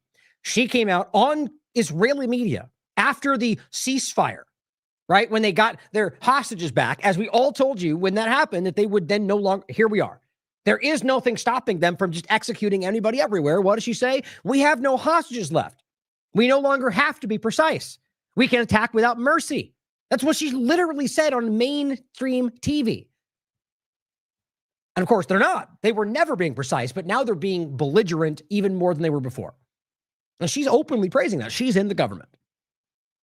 Alonzo simply points out what the Israeli Foreign Ministry posted. This was on end of November. When the UN is fixated on Gaza to the point of obsession, the rest of the planet would also appreciate some attention. And they show a phone that shows Sudan, Congo, Haiti, Somalia, Afghanistan, Yemen, all missed calls. Seriously? Despite the fact that people I've touched on every single one of those on this show. But he goes, when your best defense is other people genocide too, think about that. I've been making that point from the beginning. When they go, you weren't talking about Iraq. Well, yeah, we actually were. But your argument is you didn't care when that genocide happened? I mean, my God, that's desperation, if you ask me. Here, Israel Defense Forces comes out on November 29th and says, ceasefire violation. IDF troops identified 2 suspects who crossed the yellow line. Remember the yellow line that they've randomly moved and was a violation in the first place since they weren't allowing people to cross it.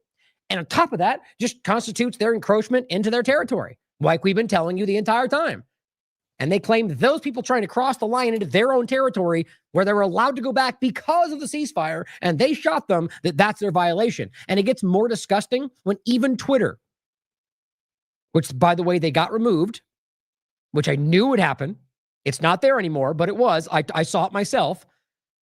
The suspects were children aged 11 and 8 years old. And the link to Sky News reporting on it. But of course, since Israel clearly influences, if not controls this platform, they just said, get rid of that, and now it's gone. But it's easy to look up. There's the picture of them. Blakely highlights it, the suspects. It's not a joke, by the way. Now, I'm not asking you to blindly trust me, but I'm telling you, I looked into this myself, and it's the fact. But if you want to look into it, it's right in front of you. The information is down below. And there's many, many overlapping points. But please look into it. Don't ever trust me blindly. Look at the information. The reality is they've been killing children incessantly. Not only did they try to use these 2 children aged 11 and 8 years old as the violation, they executed children in any sense. Like the idea that this is not, like, if these people were adults, this would still be a crime because they were not breaking the law. And in fact, what they did was the violation. But they murdered 2 children and then used them to claim there was a violation. The depravity. It's sinister, guys. Now, drop site news. Netanyahu, this was on the 3rd. Netanyahu, by the way, let's acknowledge that they've been bombing in Gaza and executing people since the second this thing started. I've been reporting it up until the first 4 days. I was like, well, it's not news anymore that they're violating it. It's been happening every single day. But they still pretend it was only, it's what they do with Lebanon too. There is supposedly a ceasefire in Lebanon, and they've been bombing in Lebanon constantly, and the media still goes like, ceasefire challenge today. But of course, when they do it, ceasefire violated. It's just insane. This is ridiculous because they've been bombing in Gaza from the very beginning. It says Netanyahu threatens Gaza-wide retaliation after Rafah clash, claims ceasefire violated. Israel's channel, like I said before, it's the same thing that Pompeo and Trump did in Yemen when they allowed Saudi Arabia to just rush in and take territory every time a ceasefire took place, and they claimed the Yemenis violated, which they didn't do. And all the way to this day, you can see that the Houthis have stood up and backed what is right in this conversation. They were lying about them then too. And Saudi Arabia is a connection of the same larger agenda we were talking about our entire career. It says Channel 12 reports Netanyahu has convened an urgent meeting after 5 Israeli soldiers were wounded in Rafah. Netanyahu stated the Hamas terror organization continues to violate the ceasefire. It says in reality, Palestinian fighters are trapped east of the ceasefire line that they set up, by the way, which the not allowing them to pass over this, which they were supposed to be allowed to go back to their territory, is a violation. So they essentially create this border and then say you're on the other side of it, you're dead. That's not the way it's supposed to work. And it says they're trapped and Israel's refusing to let them cross under any of the negotiated terms. Again, that was the point. Israeli forces have been systematically hunting and killing these fighters. At least 42 when the ceasefire began.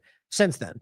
When these fighters attempted to defend themselves, Israel uses that as a pretext to bomb everybody else and says it's a violation. This just kills me. For context, according to Al Jazeera, Israel's attacked Gaza on 44 of 55 days since the ceasefire began. Many of which they didn't even try to argue there was because something else happened. They just bombed, executed somebody, and just didn't report it because they know the Western media will largely ignore it.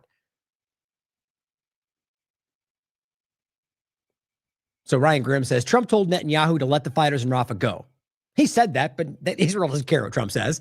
And it says, because there's the ceasefire, right? That's what happens in a ceasefire. Instead, Netanyahu has insisted on hunting them all down, and now he's angry that some of them shot back. And so, ceasefire, violation. He says this is absolutely spoiled brat behavior.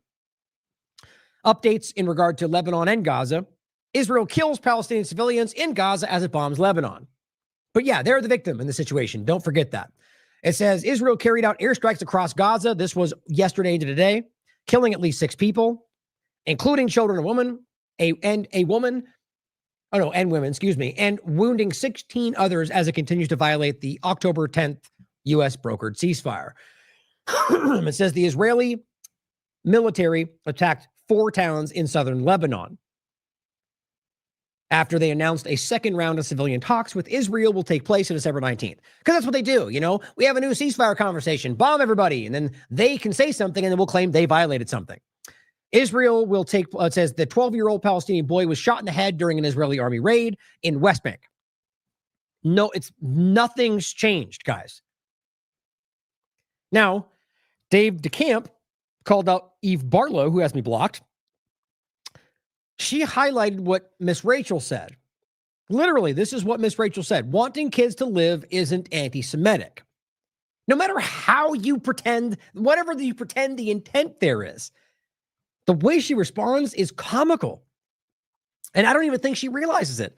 It says, this is a blood libel. This is not a joke, guys. This is a very clear Zionist account. It says, it's that simple. If you don't understand why you don't know the first thing about Jew hatred, and she's got 5.3 million views and is getting shockingly ratioed. Now, she's gotten some followers that jumped in there. It was much lower before. But either way, still, she's getting ratioed. Which you know what that means. You're on this platform. Dave says, come on. It's like, this is just ridiculous. What we're doing is, this is insanely stupid. Because it's like saying all lives matter is racist. It's the partisanship causing people to lose their minds. And I said, when Miss Rachel says wanting kids to live isn't the anti-Semitic, this clown response, I think I just highlighted it. Yeah, it's just comical. It really is. Now, I wanted to read through this. It's an article that I thought you should see. Now, this is important to highlight for 2 reasons. Because it's real and it does exist, but also because it's important to see what drives this. Now, there are people that will make this about only Jewish people forever, despite all the evidence. I mean, it's impossible. Like, it's the point that I always make. I mean, you could argue that it's the majority. I disagree, but I could be wrong. But the family that lives next door that just had a baby that's Jewish, does that mean they're evil all of a sudden? I mean, it's a dumb way of thinking. You have to argue. And my point is just to make it about all or nothing. If it's not all, then we can't talk like that. And so the reality is clearly a nuanced discussion. The point is that there are Jewish people who are wrapped up in the Zionist mindset, and even the extension of that think that's what that means, who are lost in this conversation. And there's a hugely growing number of people in the world, Jewish and otherwise, who are actively calling out the lie of Zionism, the lie of what they've been doing. And I'm telling you guys, like I was right about COVID, right about the MAGA movement majority, and I think still right about the 2-party illusion breaking down.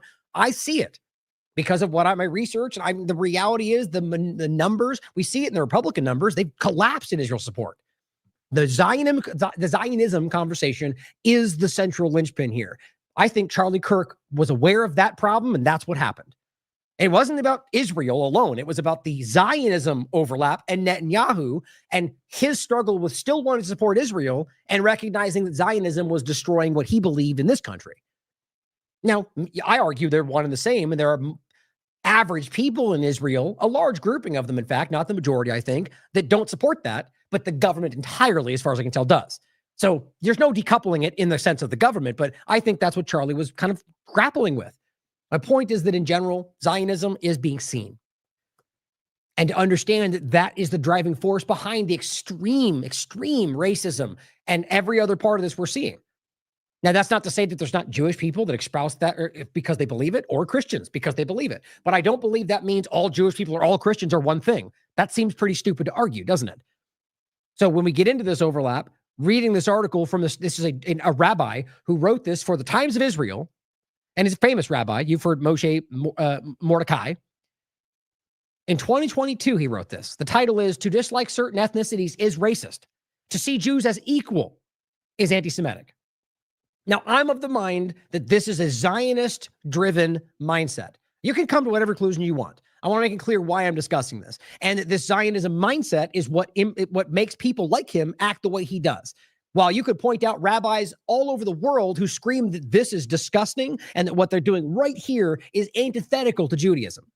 Now, you can disagree with that, but just know that those arguments exist. So as we go through this, this is mind-blowing to me. This was deleted from Times of Israel, and you'll see why. And it is, I mean, it gets worse and worse as you go through it, and it is about supremacy. And I also include this, by the way, just so we can make it clear that this is not something that should be dismissed in any sense, seeing as how the B'Tselem, who is the leading human rights group in Israel, right here, the title from 2021, "A Regime of Jewish Supremacy from the Jordan River to the Mediterranean Sea." This is apartheid. Now, I argue even this conversation is really about the Zionism supremacy that drives that. You can come to whatever conclusion you want. Just recognize that I truly believe that that's what this is. Oh, here's the highlighting. Okay. Here's how he starts. Jews are not overprivileged. He says, however, there is a good, and what this kind of keeps doing is it's like, this is racist, but, and it keeps doing that kind of thing. So that Jews are not overprivileged. But, however, there is a good reason not to just call anti-Semitism only a form of racism. So right, the point to start is that anti-Semitism is a special form of racism above all others. And it says, while all peoples are unique, some are more special than others. Now that stood out to me. I'm thinking, where have I heard that before? I'm thinking, like, is this a joke? I remember where I've heard that before. All animals are equal, but some animals are more equal than others. Animal Farm, George Orwell. Think about how Orwellian that is. To think about this overlap, it just, I only just thought of it the other day and was like, that's what that is. While all peoples are unique, some people are more special than others. It's basically the same sentiment. And that should be ridiculed because it's insane. Now, he goes on. If you haven't read Animal Farm, you really should. It's overlapping with Nazis and Stalin and that whole time frame, but the real point is the, how that the structure changes when suddenly the animals are in charge, and how it starts with equal stuff, but it kind of rapidly ends up in some kind of authoritarian leadership. But while arguing that it's just, you have to read it. It's really well done, and it really relates to where we are today. It goes on to say, he means capital meaning God. He means that he will hold us, as in Jews, to a higher standard. But to make things complicated for starters, when bigots hold Jews to a higher standard, that's, you guessed it, bigotry. Now, I make this point all the time when Netanyahu will come out and say the Jews and Zionism are the same thing. And this is the state of the Jews. And what we do represents Jewish identity. And then you come out and go, well, then do Jews just kill those people? You're racist. It's like, well, I'm not even saying, you just said that. That's what, this is the whole crux of the point. They're trying to convince you by stating it publicly that that's all one and the same. But then if you come out and say, well, then that means that you're claiming the Jewish population is responsible, and then you go, you're telling us the Jews are bad. It's meant to cause that kind of reaction. I'm telling you, this is the Zion. If you understand Herzl and Zionism from the origin, who is an atheist, had written terrible things about Jews in his journal, this is something that was used. It was manufactured. So the reality is they're simply telling you that Jews are held to a higher standard. But if you try to hold them to a higher standard, you're racist. And it says, when we Jews live up to our potential, we are equal to Gentiles who live up to their potential. If the latter could live up to the Jewish standard, they're invited to join us Jews. The supremacy is just riddled through this whole thing. It says, considering one ethnicity, one culture, better or worse than all others is racism, period. Yeah, that's correct. I agree with that. Then it goes on to say, yet Jews are the only nation, not just based on practice, location, or beliefs. Jews are the only people based on an assignment. So we're special or better. But realize they said nation. We're not talking about Jewish people. They're talking about Zionism because there is no nation for Jews. Judaism is a religion. I mean, maybe I should play the clip of that rabbi speaking about Judaism at the end and telling you that very clear point. The lie is to make it about a state. It is a political organization. And so when they talk about a nation, they're talking about the Jewish Zionism, not just Judaism. And it says that means that when one says that Jews are just like everyone else, you're a bigot. I mean, think about that statement. So you're telling us that they're either better or worse. They're not the same. So you're telling us they're better. That's just, I mean, this is driving people to say, well, that's not true. And then they're called a bigot. And then it causes resentment. And it builds into this idea that Jewish people are the problem. And Zionism and the ADL and all the rest feed on that kind of idea. It says you don't need to look down on Jews to be anti-Semitic. Right. You can be completely supportive of them and just not say the right things. And you hate Jews and don't even know it. It's mind-blowing. It says when our parents say that they want to be our friends, this is crazy. That's nice. But we better also respect them as teachers. Totally equalizing them is demeaning them and arrogant of us. When Jews say they want to be everyone's friends and allies, that's nice. But Gentiles better also give them respect as their teachers. Totally equalizing them is demeaning them and arrogant. Meaning that to try to say they're at the equal level with me or you is arrogant because they're clearly at a higher, better level. There's just no, and this is not my opinion, guys. This is exactly how these words read. And it goes on to say, we are not Christians, older brother. Too many older brothers in the Hebrew Bible were passed over by younger siblings. We are their parents. It says being against mixed marriages is racist. Again, correct. Like, you know, I mean, you could argue that in a sense of like, I mean, you could think and feel whatever you want, but the point is that thinking that people shouldn't do anything based on race and having some kind of an argument because of race is simply by definition racist. You can argue that there's examples that would even be seen as bad. And just my point is to recognize that the term simply means that applying things based on race. And so they're saying being against mixed marriages is racist by definition.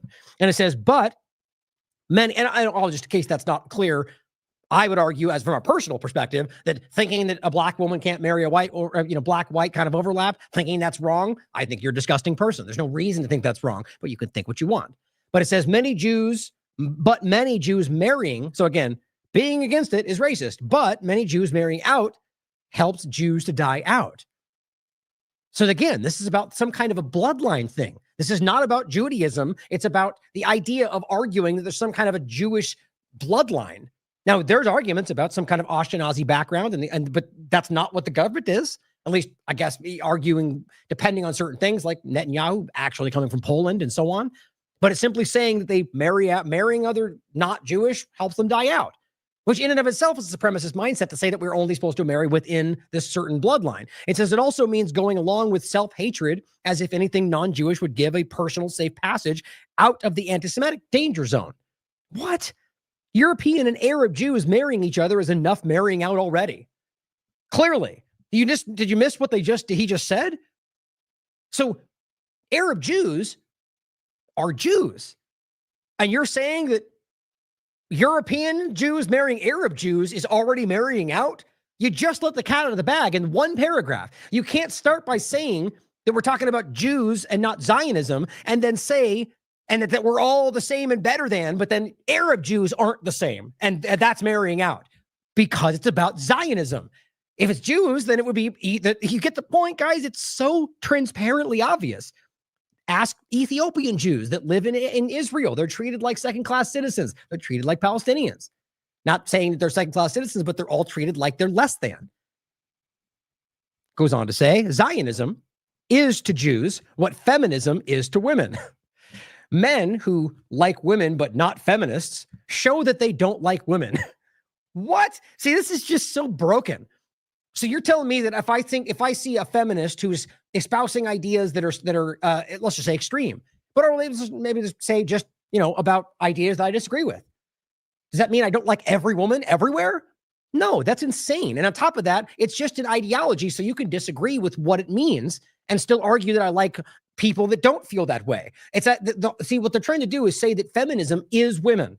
And if you don't agree with that, then you don't like women anywhere, because that's the only way they can argue Zionism, right? If you don't agree with Zionism, you hate Jews everywhere. It's not logical, guys. And it says, rather, It's Zionism to Jews is what feminism is to women. Men who like women but not feminism show that they don't like women. Rather, they like being served. Think how far you flip that. As if so you don't like support feminism, therefore you want women serving hand and foot. There's a middle ground in there, guys. And it says Jews and Gentiles who like Jews but not Zionists, here's the crux of the point they're trying to make, show that they like Jews as long as they feel scared all the time so that they can be manipulated and to serve and comfort the Gentile powers to be. Oh my God. You understand why this got deleted. But not when they are independent and proud of themselves. So you could argue that you don't believe a political organization, or let's just even say that Zionism is a state of the Jews. It's not, but let's just even say for sake of conversation, that's what it is. And let's just even say that I'm like, well, I don't think that should exist. You're telling me that therefore the extreme opposite is that I think they should all be scared and hate themselves? How do you even connect those dots? It's the only way they make this make sense is to argue that it's all or nothing. You either support this or you hate everybody. That's not how the world works, but this is what they're breaking it into. Yeah, and just the reverse is, anyway, you get the point. There's so many points to take off these things. Ending, it says, that's why hatred of Jews is the ultimate ungratefulness. Throwing mud on Abraham, Moses, Jesus, Einstein, and Herzl, who, by the way, Einstein was very anti-Zionism. And it says, and therefore, the Holocaust doesn't compare to any other genocide. Armenian included, by the way, which Israel was involved with, of course, though they are horrific. Oh, okay, so your genocide is worse than any other genocide. So when a Jew dies, it's worse than when anybody else dies. There's no misunderstanding this. That is Zionism supremacy. And it says, because anti-Semitism is so unique, and because Jews are kept hostage by the top level of societies, seriously, and blamed for all this, all ills, because this is how they create that support for Zionism, it often ends up uniting all oppressed groups against the Jews, the victims of the oldest hatred. So now you've made yourself the victim of victims, and that all other victims hate you. It's just deranged kind of thinking. And it says, and so you see there is reason not to just regard anti-Semitism as one of the forms of racism. Jews' oppression is too specific. It's special bigotry. My God. I guarantee there are people that will do one of two things, completely take this out of context or clip parts out and make it look like I'm saying something I'm not. That's what they always do. These people, the trolls that we get in every single, our Telegram channel, it just shows you that we're over the target. And again, to reiterate, to understand what this is, guys, this is something that goes well beyond. I know more Jewish people in every single facet of my life that are now recognizing where this comes from. People like Seth Rogen coming on podcasts over the last year and saying, I was lied to my entire life about what Israel is. The world's waking up. And then you watch desperate people scream that something else is happening. That's all they can do. It's lazy and it's desperate.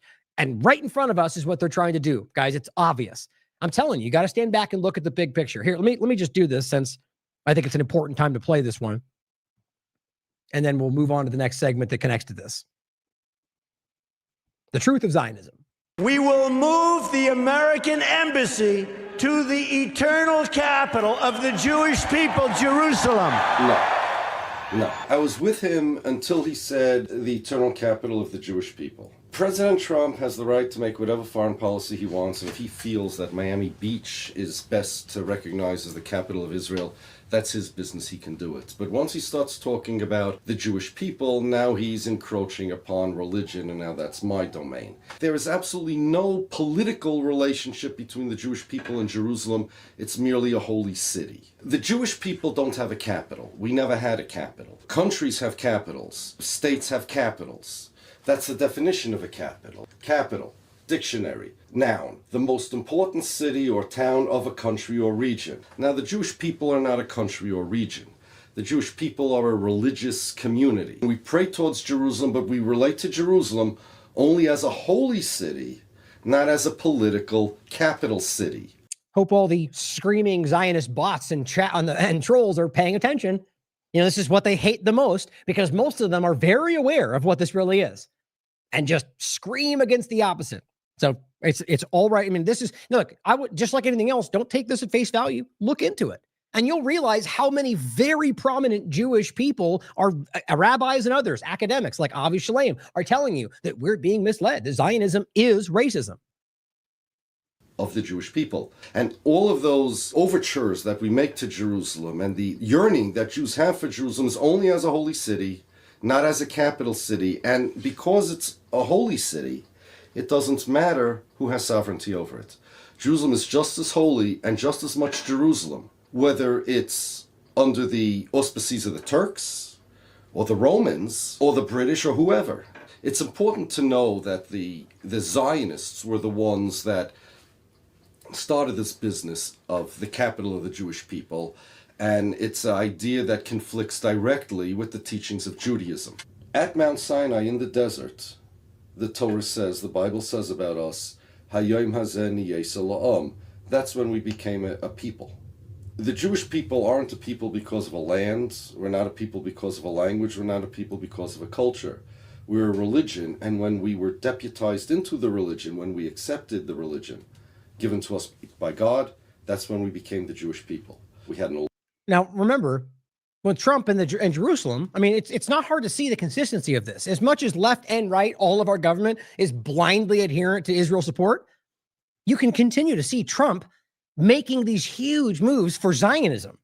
And he's been the most pro-Zionist, pro-Israel candidate I've ever seen. And he's the one that illegally moved the capital. He's the one that gave them the Golan Heights. You have to understand how clear this stuff is.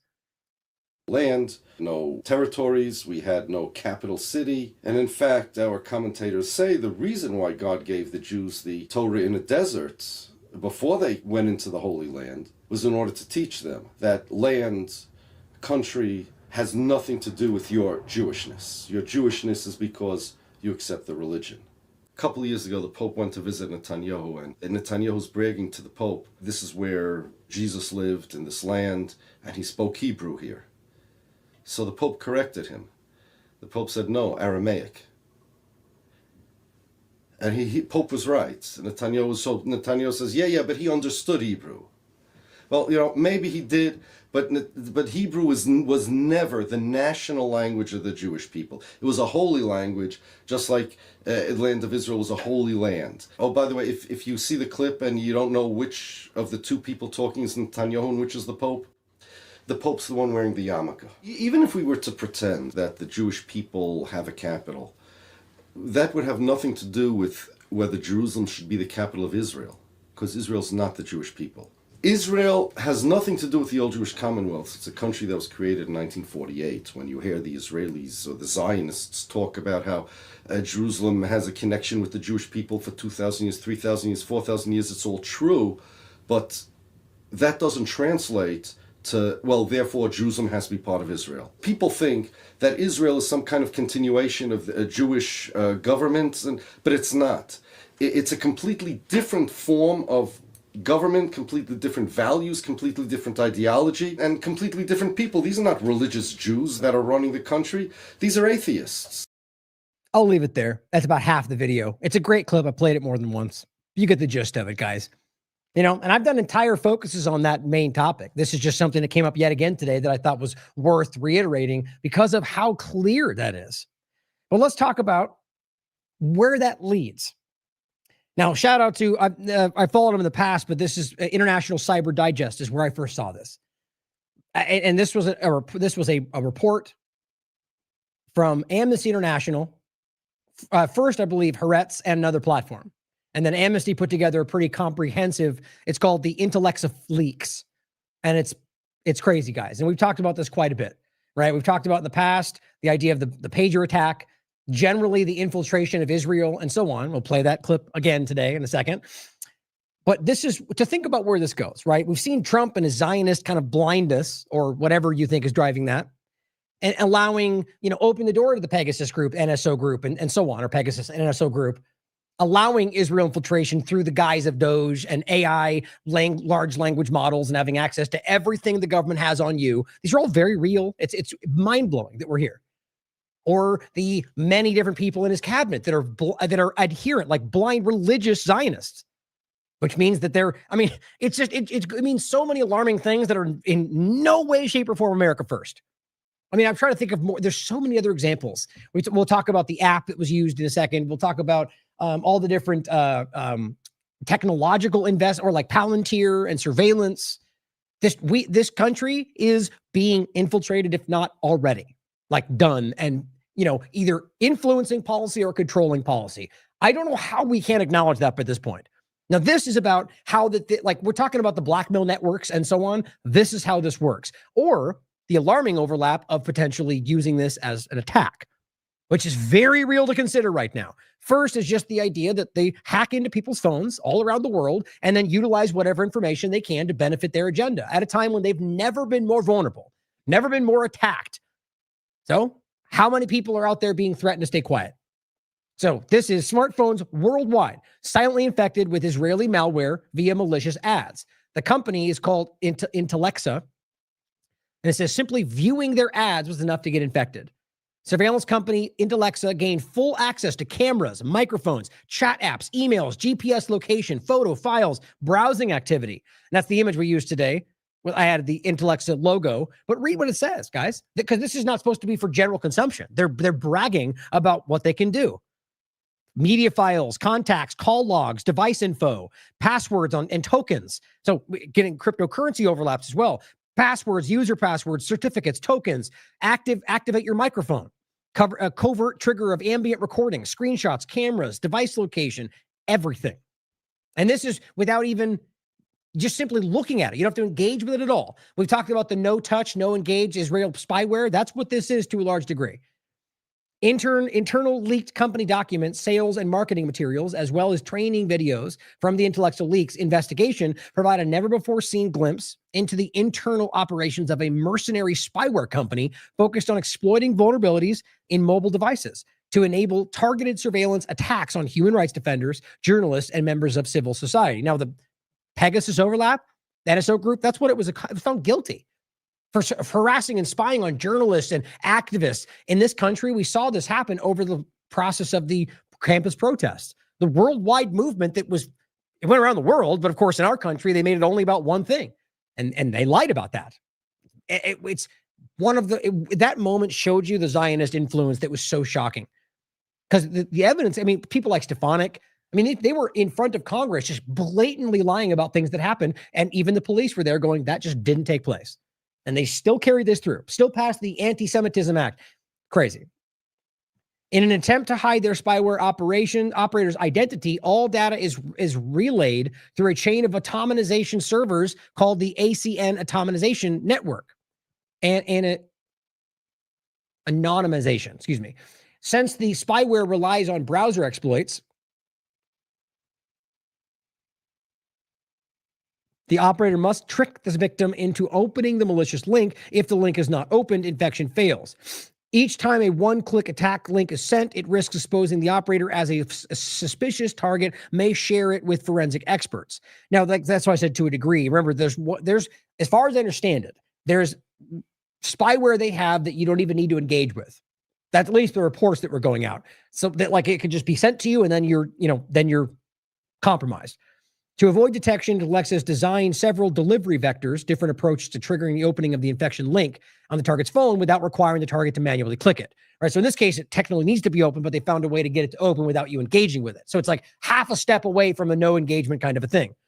Yeah, it says right here, this enables Alexa to offer zero-click-like functionality without needing additional zero-click exploits. One slide shows they've been buying or partnering with ISPs to deliver their malicious payloads. This goes around the world, guys. And Samsung apparently was one of the main ones, but it's broader than that. Now, we'll just get into the actual reading of it, but what's important is that they not only, he includes the Amnesty link, not only is this about what it just went through, but it's, which one? Oh, it was about their Microsoft through their team viewing aspect, which I've worked with people in the past that have had me use that. So it just shows you that this is, we talked about Microsoft being so shockingly compromised. It is overtaken by the Israeli government. Their own employees are saying that. So here we are where this is happening. Then in this company's use, they use a team viewing thing where they get remote access. And then through that, they're able to open up this door. And so there's so many angles to this, and it's one part of this large conversation. So I'll include this just with this part to show you. It says the new research indicates that Intelex's Predator spyware, it's called Predator spyware, continues to be used to unlawfully surveil activists, journalists, and human rights defenders around the world, despite repeated public exposure. criminal investigations, and financial sanctions directed at the company and its senior executives. So magically, despite sanctions on Iran and the whole world shuts down, magically the U.S. goes, bad guy, sanctions, and then weirdly they still operate in the United States. Weirdly, they're still able to just take one step back and let another person run it. Like I keep telling you, whether it's Eric Prince or somebody else, they're not American companies. It makes it very clear. That's why one of the arguments they make in this, they call it the Rosetta Stone for spyware, is that it proves through this new research that these things are all interconnected. And that what we're talking about is Israeli companies that just use shell companies like they told us to circumvent sanctions. And the U.S. allows this. So here is Haaretz. This one's entitled Hacked in Pakistan. Israeli spyware firm Intelexa, owned by ex-Intel officer from Israel, still active amid U.S. sanctions. I'm baffled. I wonder why. Last summer, a human rights lawyer in Pakistan received a WhatsApp message from an unfamiliar number. It was a journalist, allegedly, sending a link to an article that mentioned the lawyer by name. So somebody randomly reached out and said, check this out, which people like me, that happens all the time, right? People that saw the show and want to send something. And it says the journalist profile picture looked legitimate. The article's headline plausible. The link purportedly belonging to the website of a prominent and trusted European media outlet. But the link was a trap, which is easy to fake, by the way, aside from all the stuff they have. And it says the site it led to was fake. Someone was trying to hack into the lawyer's device. It says this is the one example that caused this to explode. It says something about this message seemed suspicious, so the lawyer forwarded the link to Amnesty International. Clearly had a connection to them. And it says forensic analysis by their security lab revealed digital indicators known to the lab because they'd been looking into the Pegasus NSO in the past. It says that is long-tracked spyware, and it was Predator, the phone hacking technology sold by the Israeli Intelexa Group, a firm run by Israelis, but based abroad and sanctioned by the U.S. Based abroad because they're just simply, by putting it somewhere else, they circumvent the sanctions. Like the U.S. is not aware of that, but they allow it is the point. It says, according to forensic material seen by the investigation, additional malicious links were sent to other targets in Pakistan, politicians, in what was likely an attempt to infect their devices with the spyware. And additionally, we know that Trump's administration now is reopening the door to these things. In the past, they had this kind of like, we're fighting it, they're bad guys, but like I'm saying, they just let it happen. Now Trump is just going, we're working with them. And we'll get to that in a second. The investigation reveals for the first time the use of Predator spyware in Pakistan. And again, the point is globally, according to Amnesty International, a country that does not maintain diplomatic relations with Israel. So it's not even the argument that they're somehow working with them. This was espionage, and shows how Intelexa continues to sell its advanced hacking tools despite 2 years of American sanctions. Intelexa is likely the largest. Now, by the way, watch. I don't know whether this will happen or not. I find it to be clumsy if it did, but watch it. Donald Trump remove those sanctions, maybe quietly. But I get the sense that's where this goes.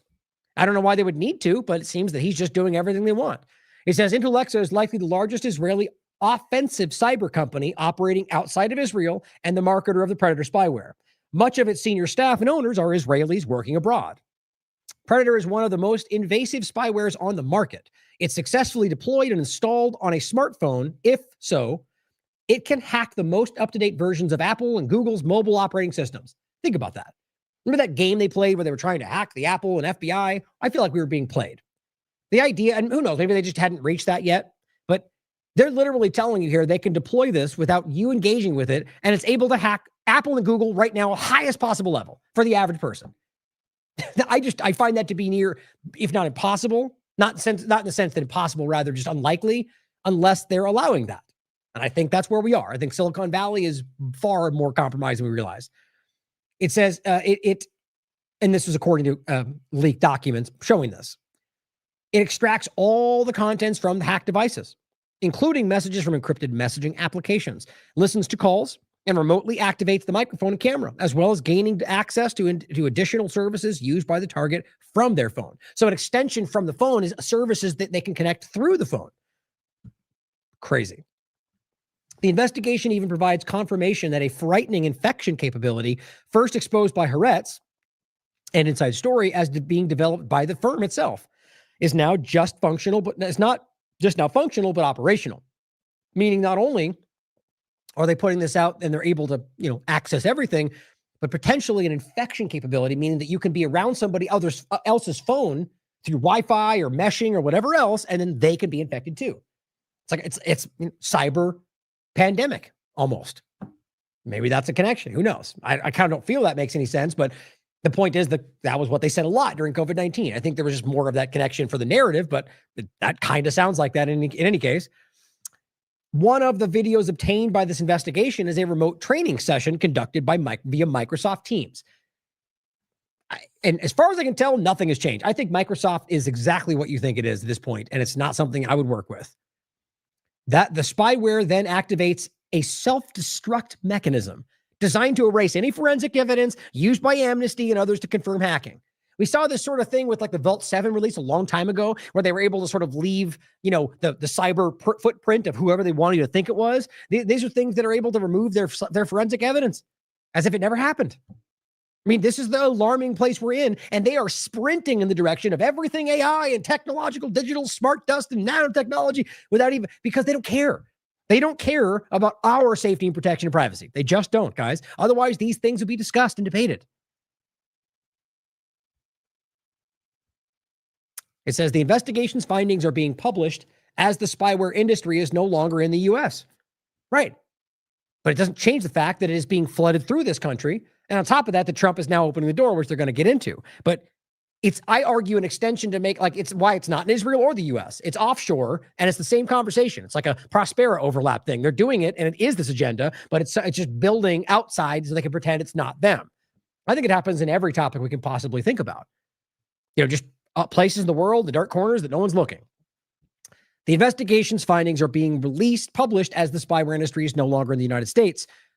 No longer in the U.S. spotlight. I thought that was a period, but same point though, right? So it's no longer being discussed and focused on, but ultimately the spyware industry is what we talked about, is being built abroad, not in the United States, but outside of it, but then being flooded through the U.S. And it says it's no longer in the U.S. spotlight, and attempts to rein it in are easing up. So the current Trump administration is starting to relent on those restrictions. That's already been happening. We'll get to that in a second. This has already been reported back in April. Spyware maker NSO Group is paving its way back into Trump's America. Derek wrote about that in 2023 or 4, saying that, or I think it was 4, that Trump is going to be opening the door back to these groups. So it says U.S. President Donald Trump and his return to the White House has slowly reversed key aspects of his predecessor's policy. Although NSO and Candiru are still on the U.S. Department of Commerce's blacklist, along with Intellexa, currently, both of the former companies shifted to American ownership. Think about that. How in the world? It's sort of like the Muslim Brotherhood thing. So you're telling me that they're designated on the blacklist, but yet Americans own them and no one cares about that? There's no sanctions there. There's no illegal issue because we're just being lied to. They're just not enforcing this, guys.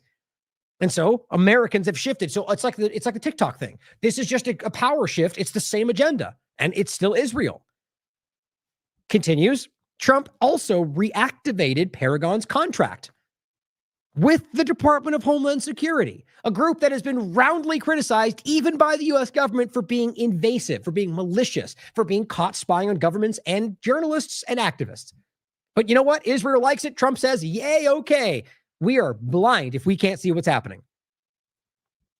And it says that was frozen by Joe Biden, but that doesn't necessarily mean he was against it. That's just a different time, different narrative. Our government supports this, guys. Because realize, even though he did that, they still allowed things to happen. And it says, allowing U.S. ICE and Immigration and Customs Enforcement to regain access to their spyware. Right? So that's happened. Trump's allowed this to come back into the country. ICE is utilizing this to scan and spy, and Israel has access to that too. We've already seen this overlap. ICE is being trained overlap with the IDF, like police. In some cases, we have the AI overlap, the data overlap. It's just these barriers have been removed. I imagine we're going to find out much more about that as the time goes forward over multiple administrations.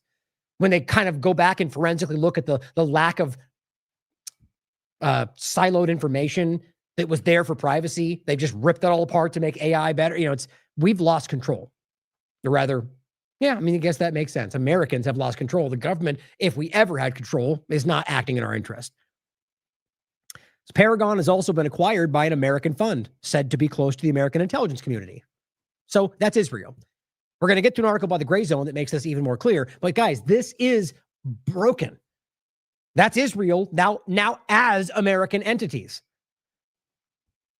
And it says, acquired by Americans, said to be close to American intelligence, showing how the U.S.-led push to crack down on Israeli spyware firms led to their relocation to the United States.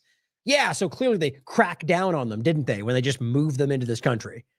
It says, together, the investigation's findings show how companies like Intellexa that were not acquired by U.S. owners are adapting themselves to sanctions. For researchers monitoring them and helping their clients' victims, this means Intellexa has not disappeared. It's just become harder to track and detect. Right, so they've helped it. Important thing to understand. And just in case you wanted to see more, it's very roundly covered, but here's key connections. Tal Dillian is the founder and leader, IDF's Elite Unit 81. That's where that's where he's from. Now realize, I might as well just include the article. I don't have to go into it all. The Prince and the Spy. Whitney wrote this for TLAV. It just simply highlights an article that makes it very clear. What's this article here? As it's reported by Israeli intelligence, that ultimately, where was it starting here?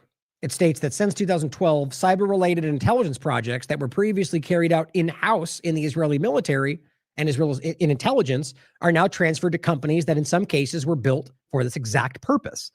In some cases, managers of development projects in the military and intelligence were encouraged to leave and form their own companies so they could then take over them. So it's a front. Very clear, guys. And I'll play that clip in a second after we get to some of these more points. But just remember how transparent this is. So when you have them claiming former commander, it certainly could be, but we have to, as they're otherwise telling you that they were told to leave to make companies intelligence could utilize and telling you they set up shell companies to affect the supply chain, that's what we should consider.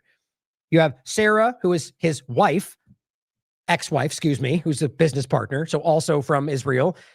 Early investment from Israel Aerospace Industries for corporate and funding ties. You got shipments of equipment that come from Israeli firms. So we're talking about the spyware already built within it. You've got shell companies in British Virgin Islands and Ireland used to shift operations from Israel, violating export laws. We'll get into that. Like blatantly illegal. And the U.S. goes, I don't see it. They're from Britain. I don't see it.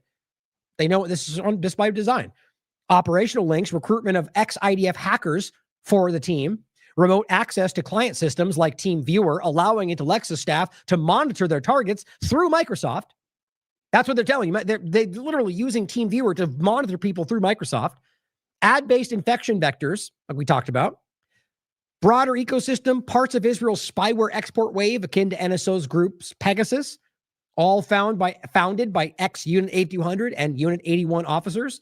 That's used in the Sudan that we might get to if we have time in regard to supplying to the RSF militia. And we'll talk about that. It's the groups that they were funding and, they're pointing to the genocide as they're literally helping them do this. It's not secret with Israeli intermediaries.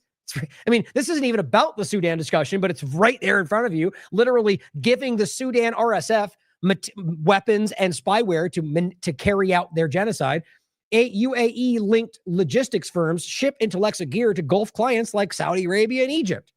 And there's many more. Basically, if you read the full report, pretty much every single country that they're trying to normalize and manipulate, and while they're also conducting intelligence operations within these Muslim countries to make you think bad things are happening, they're flooding them with spyware. Now it says, despite sanctions, it thrives via proxies. Like the government doesn't know that. And it says, Intellexa's intelligence connections highlight how privatized intelligence networks fuel a global spyware arms race, often evading oversight. Again, let's pretend like they just absolutely don't know that's happening as they run a global arms race, or rather spyware arms race, through U.S. companies. They're either the most incompetent government in the world, or they're doing this or allowing it. Probably both. Now, new article, Spotlight.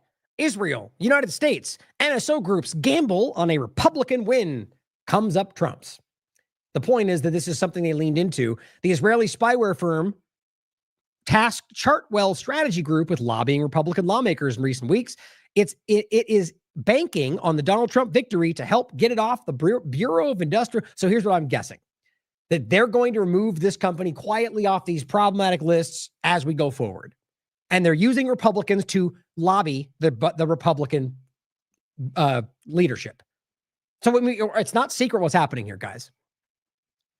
So worth hearing this yet again, right? In case you hadn't seen it, only the first part of it, that this is what they're doing. And that's exactly what you just heard. Now we'll come back around to the phones, guys. The phones are the global infestation, if you will, of our cell phones and what that actually could mean. Not just this, I mean, this is the overlap, obviously. What he's discussing here is the fact that they use these shell companies, not just to manipulate the supply chain in a daily example, but use this to get these cell phones, or pagers rather, in the hands of people in Lebanon, let them circulate for years, and then acted like that was targeted. You let the children, it was mostly women and children. And so this is what we need to consider is currently happening, as we now see an event where Israeli spyware has been infecting people around the world. How did you convince Hezbollah to buy this? Well, obviously, they didn't know that they were buying it from Israel. Who did they buy it from, or think they were buying it from?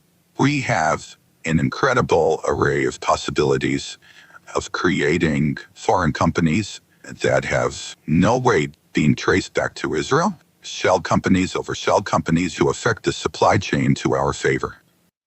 Pretty damn clear. And as always, that was an interview set up by Israel and promoted by Israel. So you can argue they're lying, but you can't pretend it's not clear what that is. So here was there something I shared on November 22nd. Tamer Naid shared this, and this has been verified since. Explosion of a modern smartphone inside a store in the Gaza Strip. Now, that was after, of course, Israel, in a very uncharacteristic move, was like, here, cell phones for people in Gaza while they're starving and killing them all. I mean, it's quite obvious what that was, guys. And I said, as Netanyahu said in front of 250 members of U.S. Congress in Israel during the One Israel 50, or I think it was 50 states, One Israel.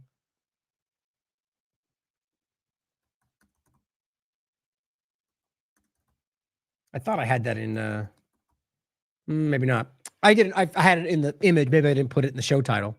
In any case, he said, you all have a piece of Israel in your pocket. And I argued that that was a threat. And every day it seems more likely that was a threat, that they know what they're dealing with. They know the Samson option. They know what they did in Lebanon. They know what they're doing.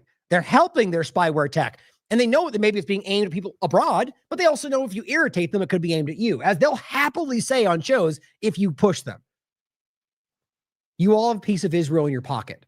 It really needs to be at least considered that there's something more to that. Then, as Mint Press News writes, a recent large influx of mobile phones into the Gaza Strip may have an underlying motive, with reports indicating some Samsung A17 models are malfunctioning and exploding. Now, does that mean they've got explosives, or have they found a way to make these phones explode by some kind of surge or whatever else? I don't know. Twitter user in Gaza cited at least 2 reported explosion incidents within 2 days. Here's a video on this. And this is the same post. Here's what she said. And this is a report. She's saying that she reporting more on this story, what she heard and what she's reported on. Multiple Palestinians in Gaza have begun reporting that smartphones have started to explode in the hands of Gaza residents. Mobile phones, specifically Samsung devices, have been reportedly exploding in the hands of Palestinians. Now, as far as I understand it, that's also the most susceptible to what we just talked about. So there's obviously something here, guys. Now realize this is the exploding phones has come to that happened. Whether or not that's connected to them doing that or just random happenstance is up to you to decide. But I find it really unlikely that that would happen once, let alone a few times in one location. Have you ever heard of that before this? With at least 2 cases now reported, with one of those cases being a woman who was transferred to Al-Shifa Hospital with major injuries. Now, just recently, Israel had actually allowed a shipment of mobile phones into the Strip in a move that many thought was bizarre at the time. Now, many fear that this is a repeat of the Israeli pager attack on Lebanon, in which they sabotaged Hezbollah pagers to explode in the hands of civilians. People were left completely disabled, blinded, lost the use of their hands, injuries to their stomachs. That attack killed at least 42 people and injured 3,500 more. It was one of the deadliest attacks in Lebanese history. And since then, Israeli officials have gone on record to say that they have technology like this planted in devices all across the world. I can't believe I forgot to say that. That was the other point. Is like we just talked about that. That was the ex-Mossad chief. I wish I had that pulled up. I forgot about that. I mean, I just, in this sense, that was like only a few shows ago. He came out and said in an interview, and again, you could argue he's lying, but I think it's pretty clear this is what's going on, that they've infiltrated, like the pager point. He made that the case, and then elaborated saying in devices in every country in the world. He said it very clearly. So either a threat of hype or a threat of reality. Either way, it's happening to some degree. And so that should be alarming regardless, guys. So she's absolutely right. That's what happened. That very insider said there is not a technical device in the last 5 years that hasn't been tampered with. And when the interviewer questioned him and said, in Lebanon, he said, anywhere you can think of. In fact, it was actually just recently reported that many Samsung phones in the Middle East come with an Israeli spyware app pre-installed. The app automatically collects location and IP data and cannot be fully removed from devices. Those devices specifically being the Samsung A17, ones that explicitly ended up in Gaza in the hands of Palestinians. Israel has flooded Gaza with backdoored phones loaded with explosives, tracking their every movement. Cell phones have become a lifeline for people in Gaza to find the funds that they need to feed and shelter their families, and Israel is turning those devices against them. If you are in Gaza, in the West Bank, in Lebanon, in southern Syria, anywhere that Israel considers a target and you own a Samsung phone, throw that shit away right now. Well, that's for you to decide. I mean, it's a hard thing, especially if that's something you can't afford, but I don't disagree. I think there's a reason to be concerned about that. At the very least, get something to put it in that's a blackout pouch or something. I don't know if that's going to help or not, or whether this is more hype than not. But it's worth understanding that this is not just, the pager attack happened. At the very least, that we know that there was explosives, whether they that is an event that took place. We know it's possible. We've seen this happen before. I think this is real. I think it's worth making sure we're on, aware of what Israel's doing to this country from a broad perspective. If you want to learn more about the pager attack and Israel's infiltration in U.S. tech in light of the Lebanon pager attack, I go into everything we're talking about now could be added to this, but I go into a lot of the background of the infiltration in tech. And just another episode talking about Israel's global cybersecurity infiltration. Now, Mohammed Shihada put this out January 14, 2025. Israeli media had claimed that Trump personally promised to allow Netanyahu to violate the Gaza ceasefire, right, and resume the war after signing a deal.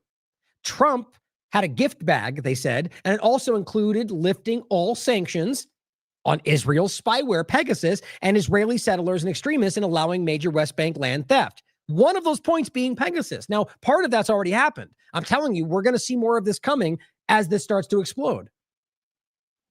Here is the follow-up. This is all the way other end of the year. This is from November 7th, 2025. So that was almost a year ago, right?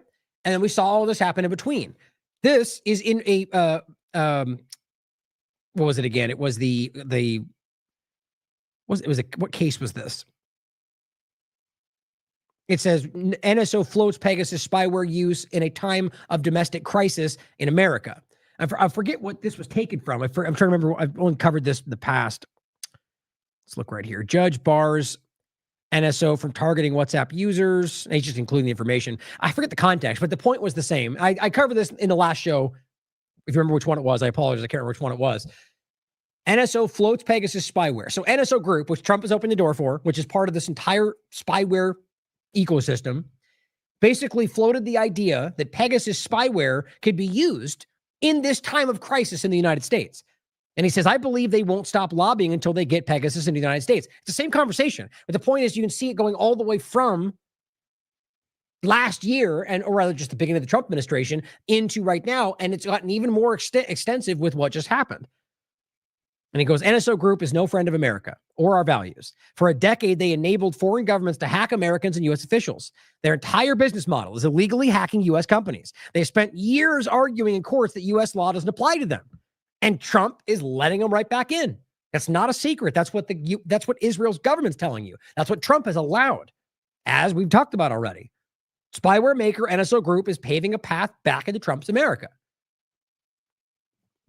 Derek wrote about this in 2024. Meet the spyware companies preparing to unleash their tech during Trump's second term.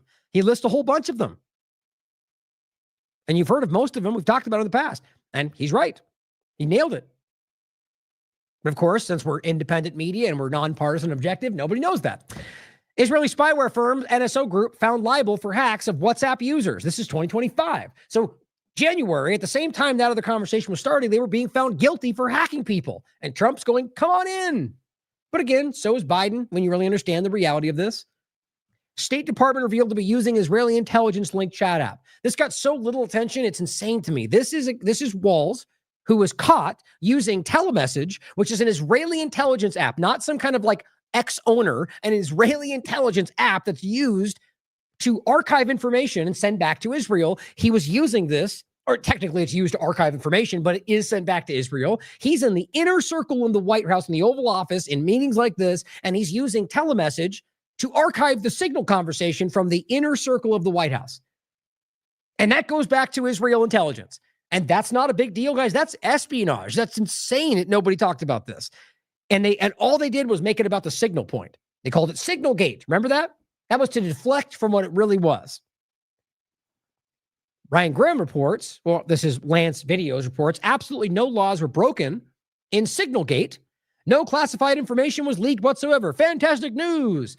Guess what? This is coming from these fake independent media, new, the ones that will sign away their objectivity to work in the Pentagon, right? That's what these people are. Where the reporting comes from, rather.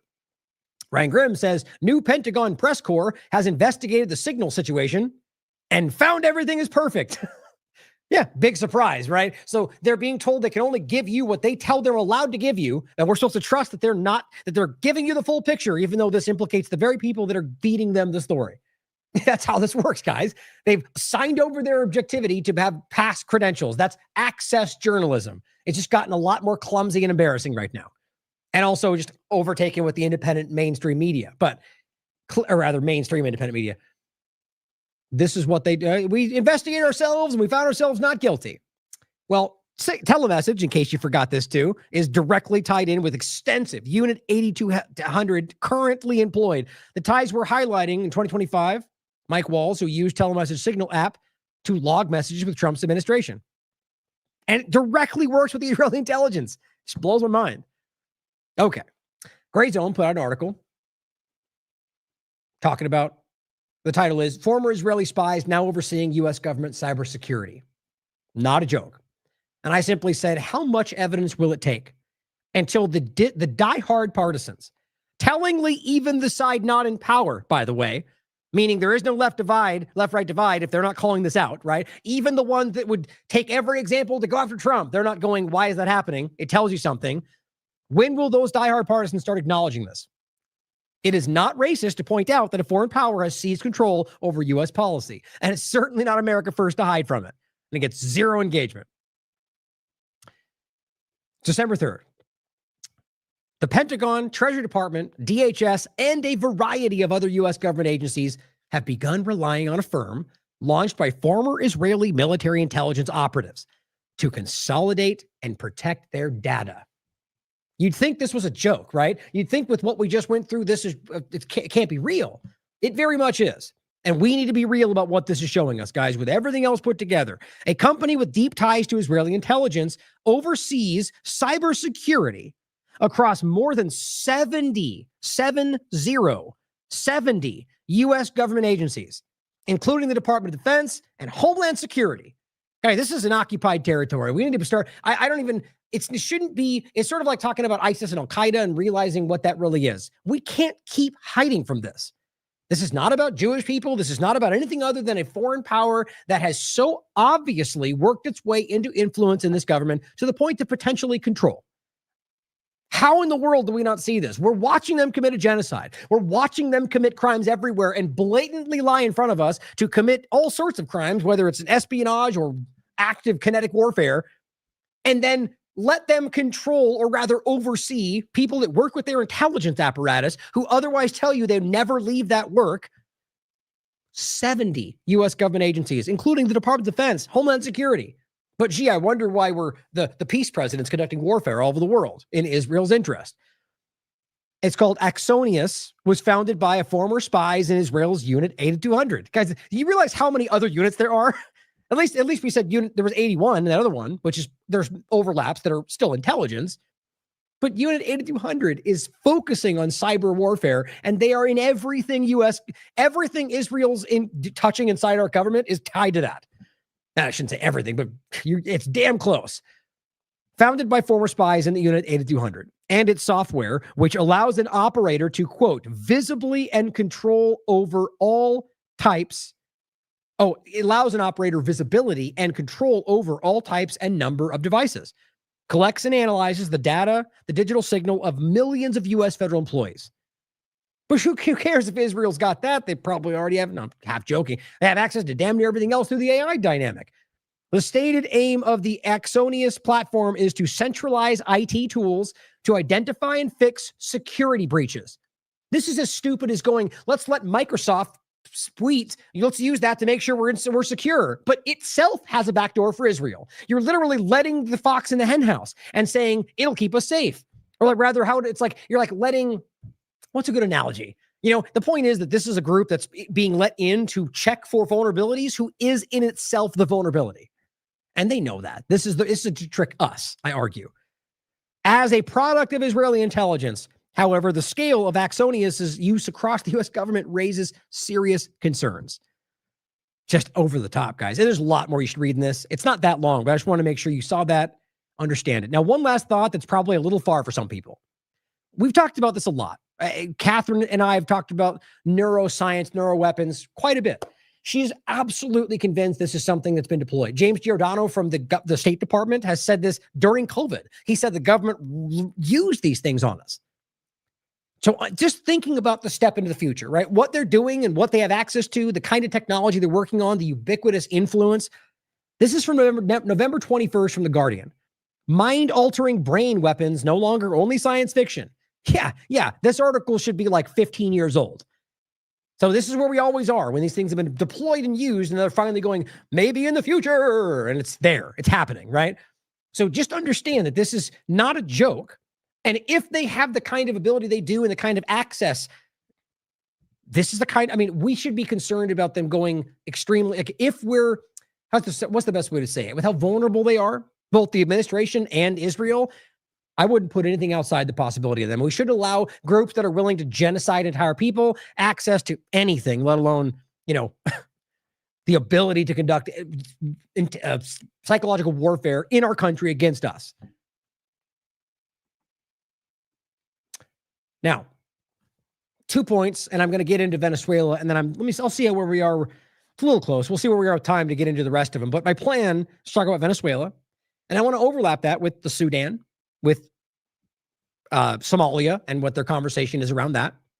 But first, I've been wanting to play this for a minute. It's a good clip. It's short, but it just really, it's to start the kind of the war peace president part of the conversation.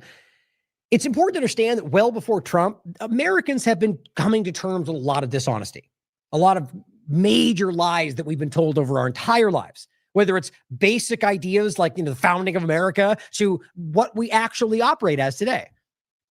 The military, more than anything, has come through. Veterans are starting to come to terms with a very uncomfortable reality, which is that they conducted warfare for the wrong reasons. I've been saying this for a long time, and I've just been seeing it more and more and more because the warfare is getting worse and worse and worse. And now that everything seems to be coming to a challenge, every conversation is being, which I love to see. We always should be doing this, diving through every conversation, getting through to the meat of it, asking questions. Could they be lying? It's never been more clear. Comrade Misty says, I can't imagine how heavy it must be to realize that you were never serving your country. And I mean, I'll rephrase some parts of it, but I agree with what she's trying to say here. She says, you were serving rich psychopaths in a sick game for power, money, and control. You were nothing more than a pawn. You weren't defending or protecting your country. You were a terrorist for hire. That's rough. I hope they find a way to make peace with that. Now, I get it. I feel the same way, but I sometimes feel this needs to be, in my opinion, directed only at the government. There are people that are just bad people that want to go over there and kill, right? But I think that most people go into this with good intentions. They think they're fighting for the country. They believe that they're protecting everybody. And then they recognize that they're actually there for, whether decades ago, fruit companies, or today for oil, gold, and resources, or whatever else, geostrategic control. You're the bad guy, guys. And sometimes both sides are bad guys. But the reality is what they were doing was not for good reasons. And it's a difficult thing to come to terms with. So you could say that they were fighting for the country, but what they were put to while doing so was not for the country. See, I think it's important to make the distinction, because I think whether or not they were doing what they thought they were, the idea that they thought they were doing it and the sacrifice that entailed is worth respect. I would argue, though, if you're in the position where you realize bad things are happening, even in the military, you should stand up and do something about that, even if it's get out. But the problem is they put you in jail. It's not easy. Trust me. We talk with I'm blanking all of a sudden. Brad Miller. He's a good guy. We got to come back in for a conversation. We've had a couple interviews in here, and he's the one that stood up and refused to take COVID shot. And he was the commander of the 101st Airborne, one of the most respected divisions. And he let it all go because he had principles. And so it is possible, guys. But let me play this clip and just realize that everything's changing. And this is what I've always said in the past is when the enforcement arm begins to break down, that's when real change, real revolution actually happens. And I don't mean that in the violent sense. That when the police stop enforcing for their masters, then suddenly people realize they don't really have the power and things change. That's important to think about. Now, usually what happens is power structures try to take advantage of that before an organic change actually happens, because they never want the people to actually, governments almost work together, even if they're adverse or adversaries, in order to make sure that we never actually have something like that happen. You may not think that's the case. Historically, I think that's pretty clear. Here is the clip.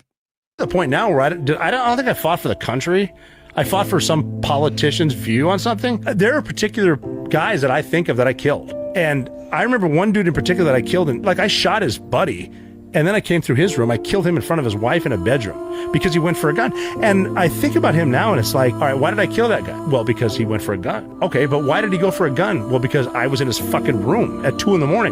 Well, why was I in his room at 2 a.m? Well, because George fucking Bush was pissed that Saddam Hussein allegedly wanted to kill his dad, so we invaded. And then I start to think, was this guy funny? What if I met him in Paris over a coffee? Would we have actually liked each other and I just kill him because a politician sent us here for weapons of mass destruction that didn't exist? The only reason we were killing each other is because we were born on different parts of the world. That's it. Yeah. When you start seeing Ukraine and some of these things that are happening right now, of putting us in these wars that there's just no winners. And when you've been to those countries, it's like, damn, those are real people. I watched real people there.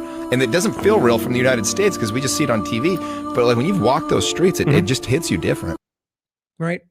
And so they depend on the feckless, the people that would never, ever be able to even function in situations like that. Like your Nick Sorters and Benny Johnsons and all the rest, to stand here and scream and promote all the negative things they do as the freedom and democracy and war fighter warriors, when they would be the first people running and screaming, in my opinion. And the people that actually have the courage to go do these things are taken advantage of and come back and tell you this is wrong. And then those same people make fun of them. Those same people tell them they're libtards or whatever else. It's horrifying, guys. Everything is changing. And look, I believe it's in a positive way. We have to help manage that, because change is tumultuous. People can take advantage. Governments can step in and direct it how they see fit. We need to stay the course. As people who want positive change, need to make sure we direct that change in ways that are positive. And it's rife right now. It is open for change. Now, of course, they're trying to convince you otherwise. You didn't see today, the FIFA has awarded Donald Trump with their first ever peace prize during the World Cup draw. How insanely stupid is this? I mean, look, guys, Trump is going, Bush, Obama, they all went to war. But are we really going to pretend like this is the peace? I mean, even Obama had the wherewithal to say, hey, I don't deserve this. Trump's out there calling for it because he's so narcissistic. Give me the peace prize. You don't deserve this when you're going to war. And these screaming idiots out there continue to pretend like he's not.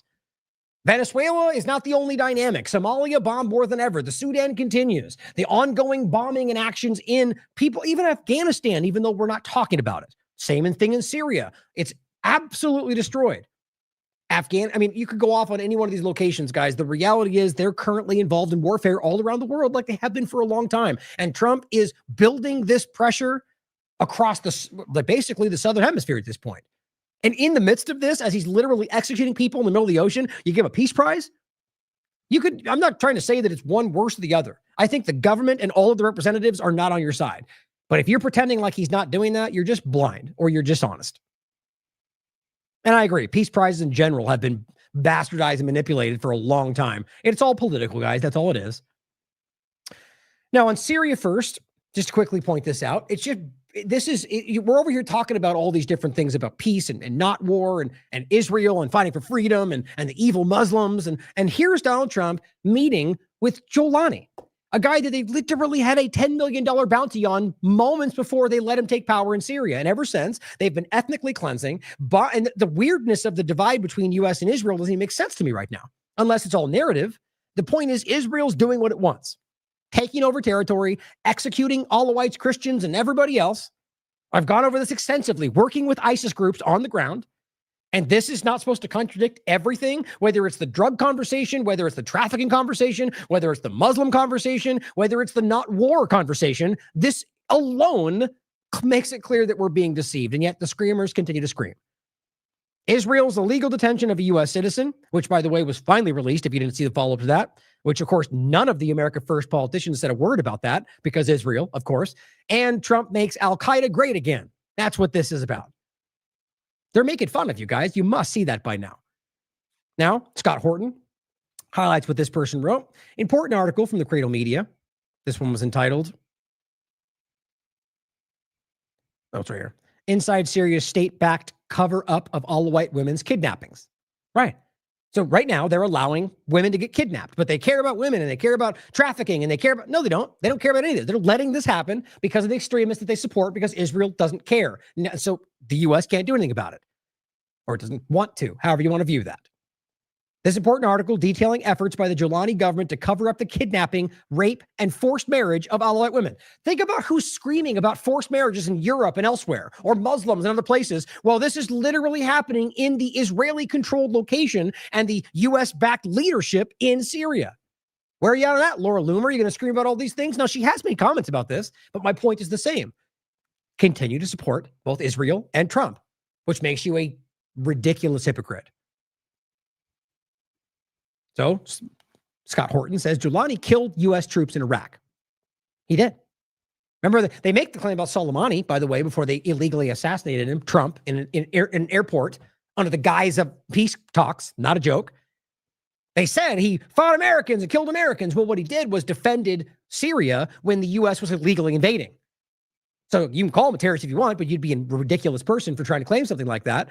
Even if you actually think he was one, that's not why you would call him that. And the reality is he was not. He was a highly respected person and he was not a terrorist. Over here, Jolani killed U.S. troops in Iraq. But weirdly, now he's in charge of Syria, and we don't even talk about that. See, they don't really care about anything, let alone U.S. personnel. He pledged his allegiance to the butchers of New York City. And yes, his Syrian al-Qaeda regime is involved in systematic kidnapping, rape, and forced marriage, but he's against Iran and Hezbollah. America first? No. Israel instead. Painful, guys. How stupid some people can be today. Max Blumenthal in November put this out, and this is just examples of this. Putting Alawite captive in cages to use them as human shields in Ghouta in Syria was one of the most grotesque acts committed by the Syrian opposition. The activist who conceived the stunt, Bara Abdul Rahman, seen speaking on the truck right here in the video, who is reportedly now the media director for Syria's Ministry of Justice. You can't make this stuff up, guys. The guy, the whole time, the people beheading children, the one putting women in cages, human shields, all the stuff they try to project onto Syria are now the people they support running Syria, not Assad's government. How long can we let this continue? It's just, I mean, maybe it just is that nobody else, I mean, I don't believe that. I think this is obvious. And I think anybody, it's so prominent on Twitter, the average people see this, guys. It's clear. See, it says Shadi al-Wasi, who oversaw public executions for morality crimes, you know, the same thing that they criticize about Iran doing, even though it's not really happening the way they claim it is, as a judge for Syria's al-Qaeda branch, is headed the Ministry of Justice. They're laughing at you. While the Trump White House floods the U.S. with Islamophobic propaganda, it welcomes Syria's government with open arms because it folded to Israel occupation. How pathetic. And Kevork Almassian, who you should follow for a lot of reasons. Syria is one of the important ones he's covered over the years. Imagine watching this happen for 14 years and then laying down your arms and trusting the al-Qaeda regime. Now think about the overlap with the military, guys. Those people fought in Syria or Iraq or anywhere else and then turn around and watch this. What do you think that does to you? Now let's not forget, this is an actual image. Both are, by the way. You could check it on the reverse image shirts. These are two images directly taken from Syria after the U.S. and Israel took over, really Israel, after they removed Assad and let Jolani take power. As Israel further occupies Syria, Western-backed ISIS patch-wearing terrorists begin executions. And it's only gotten worse since the beginning. This person writes, after last night's serious incident in Syria, this is on 28th, Israel has delivered tough messages to the Syrian regime. A senior security source tells I-24 News tells them that forces linked to the Syrian president may have been involved in the incident and wounded 13 IDF troops. So now you've got an example of the Syrian elements that basically they've allowed to be in power having a little skirmish with IDF troops. Okay. Propaganda and co. And basically then they responded and then claimed they were he says, we were attacked for attacking you, which proves to us that we must start attacking you. Right. So they're there doing things and bombing and attacking and occupying, and they respond to that. And then they use that as the justification for needing to attack more. It's the same thing they do everywhere. Same thing the U.S. government does all over the world, or even in protests when they come up and push you and then you do something and they go, oh, you started violence. Just recognize how broken and ridiculous it is. And this makes it even more comical. November 30th, American and Syrian forces conduct airstrikes on ISIS, says the U.S. military. Okay. So wait a minute. So you're telling me at the same time Israel is bombing and fighting with the Syrian forces, the U.S. is working with them to bomb ISIS while Israel's working with ISIS to bomb Syrian sources. It's either completely made up or this is typical U.S. foreign policy, like we saw in Syria before all of this, where you had state-backed forces fighting CIA-backed forces. Not a joke. It was very publicly covered. These people have, I mean, I don't know if it's incompetence or just completely disregard for human life. Probably both. You just can't see. You have to laugh at the stupidity of having Israel work with ISIS members in Gaza, by the way, the GHF. These were ISIS-linked gangs.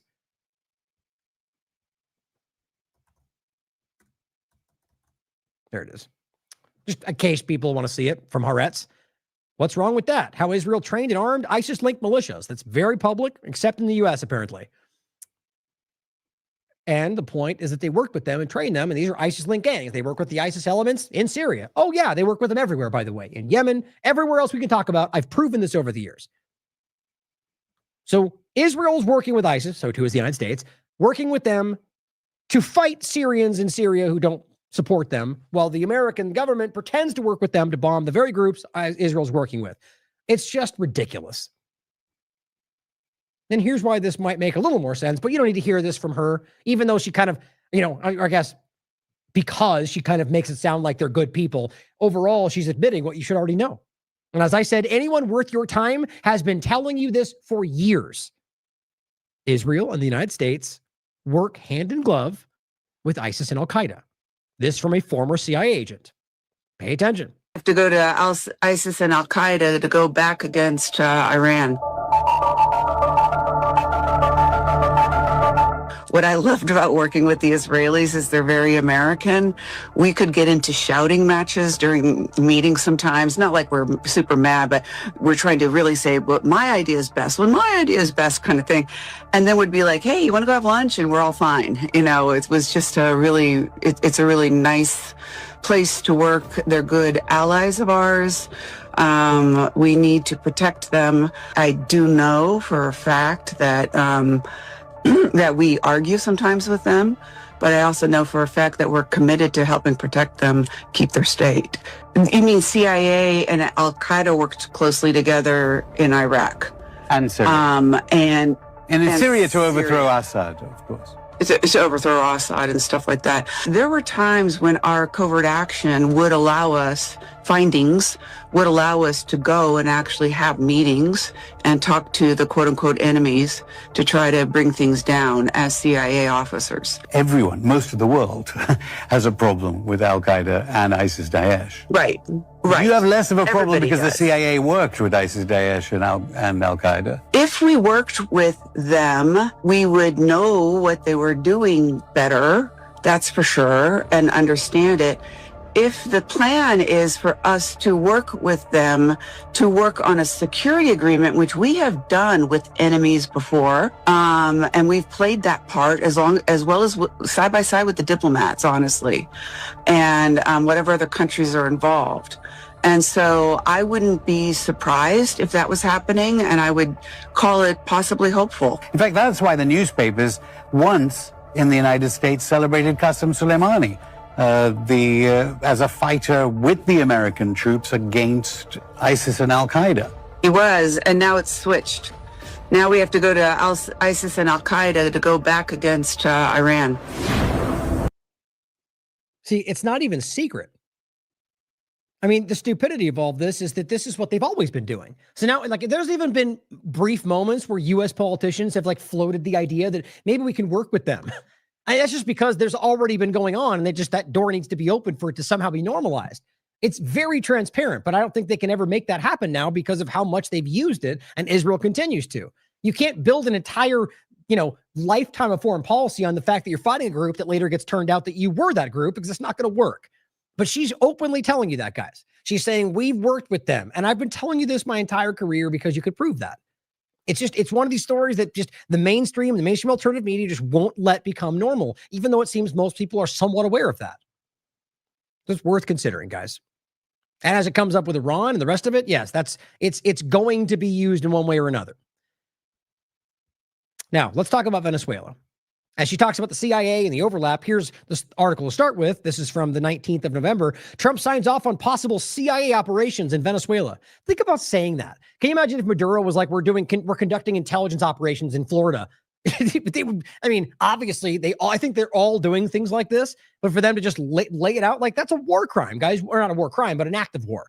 What you're doing is clearly taken as a violation. The U.S., Trump would lose his mind if he caught a spy or whatever else, other than Israel, of course. So this is just showing you that they're trying to create tension. They're trying to create problems. And of course, the person that they want to put in power, you should recognize by now, is the person that Israel supports. A person who literally wrote to Netanyahu saying, please regime change Venezuela. That's not what Venezuelans want. So this is not somebody fighting for the Venezuelan people. Yeah, Israel says Venezuela's Machado voices support and called Netanyahu. And then here is Alex Rubinstein giving you the letter that was literally written to him, saying, Netanyahu, please regime change Venezuela. That's who they support. Now, some of these we've talked about in the previous shows, realize that support for this entire agenda has collapsed. Republicans don't support it, despite what they keep yelling. Now, this came out. This was the 29th of November. The story was that Hegseth had ordered the strike. It killed some of them. Some of them were on the side, kind of floating around, and he said, kill them all. Bomb them again, kill them all. Sort of like a double tap in Israel's agenda. And that's illegal. We played that to open from Napolitano. It's just, no matter what you think, it's a crime. That's not the way our law is conducted. Or rather, the way that the law, if you understand the law, as even Napolitano highlights, they're supposed to be rescued and put to jail, whatever. Regardless of whether you want to or not. Regardless of whether Megyn Kelly says she wants them to suffer because she's disgusting. You don't even know who these people are. It's just whether or not they're even criminals. To want them to suffer makes you a disgusting person. That's what they're trying to warp us into, guys. Kill them all, he says. So this is when they start to defend this. Now, remember, that came out and it was really bad for them at the moment. Hegseth was being called out. There was a moment where he tried to pin it on the admiral. Then chat came out that proved that what he actually said was the opposite. So he tried to throw somebody under the bus who's technically under him, but it's an admiral, which makes it even worse, even though he was responsible. So not only a coward, but also trying to blame it on somebody who works under you. I mean, that's not what leaders do, guys. And it also makes you a coward. You're trying to shuck responsibility on somebody else. And then this came out. This is why they evolved the narrative. And they were trying to get back on the boat. They were trying to begin the operation again, which it makes sense to only a child. So you bomb the boat. Okay. Which clearly destabilized the boat, and they're floating in the water, and you're telling us they tried to regain the boats and get the drugs together and take off again while you're there ready to bomb them, and while the boat likely wouldn't even operate. The point is they're trying to create the justification to say that's why we had to kill them. Well, that wouldn't be legal even if you were telling the truth. It says ABC's ABC said, and tonight, new information. According to a source familiar with the incident, the two survivors climbed back onto the boat after the initial strike. They were believed to be potentially in communication with the others. Sure, because that makes sense. And salvaging some of the drugs.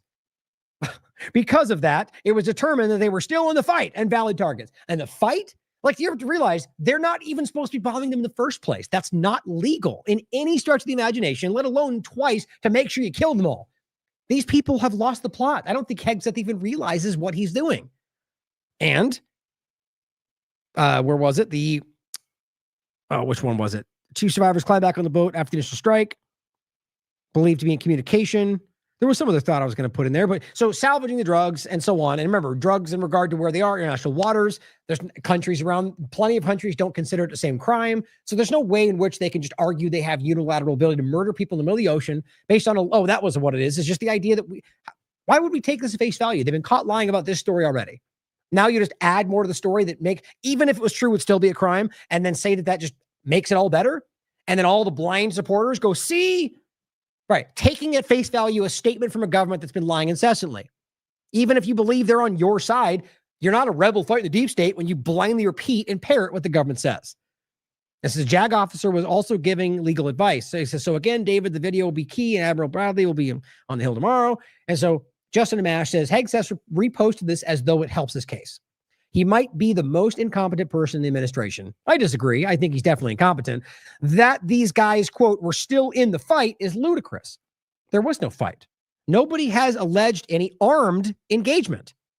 So that even if the fight would be with you and trafficking they're trying to argue that if they ever end up in the United States, those drugs immediately kill all these people. Even if that was even proven, it does not mean you murder people as if you're engaged in a war. That's not immediate risk.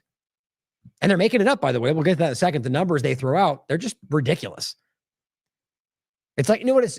I think it is because these people like Noam aren't very bright, but they also because they think you're that stupid. It says there was no fight. Nobody's alleged any armed engagement. They're hundreds of miles from U.S. shores. Now, the administration on the 4th says they were allowed to kill the survivors of the boat strike because they were calling for help. Different narratives in different days, right? Now it says they're calling for help. So in the Trump administration theory, the survivors should not have tried to survive. And by trying to survive, they made it lawful to kill them. I'm speechless. I mean, these people, I think this is the best they can do.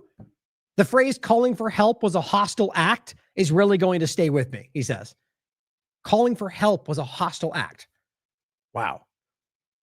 Okay. Salty Goat, of course, comes out and says, so the survivors climbed back in the boat and were trying to salvage drugs, and that's why they were hit again. How effing stupid are Democrats looking right now? Why? Because this Israeli asset comes in and tells you that's what happened? These people are children in a world full, they're the ones trying to tell you, that they're the same point. I can go over it every time. The new media trying to break down the facts. We're fighting the bad guys. And you blindly repeat what was told to you. Now, even if they're honest people, you are stupid for repeating it without your due diligence. How the hell do you know that's true? And why would they look stupid if you haven't verified that? I said these are the patriots fighting the deep state who regularly and blindly take at face value the claims of the government and who are too dense to recognize that these are illegal actions even if every claim the government made from the start were even true. IG report confirmed that Hegseth showed disregard for safety of troops. You'd think that would be the main story of the conversation. The report, the Investigator General's report from the Pentagon found that he was guilty, that this was a crime, that he showed disregard for the safety of even U.S. troops.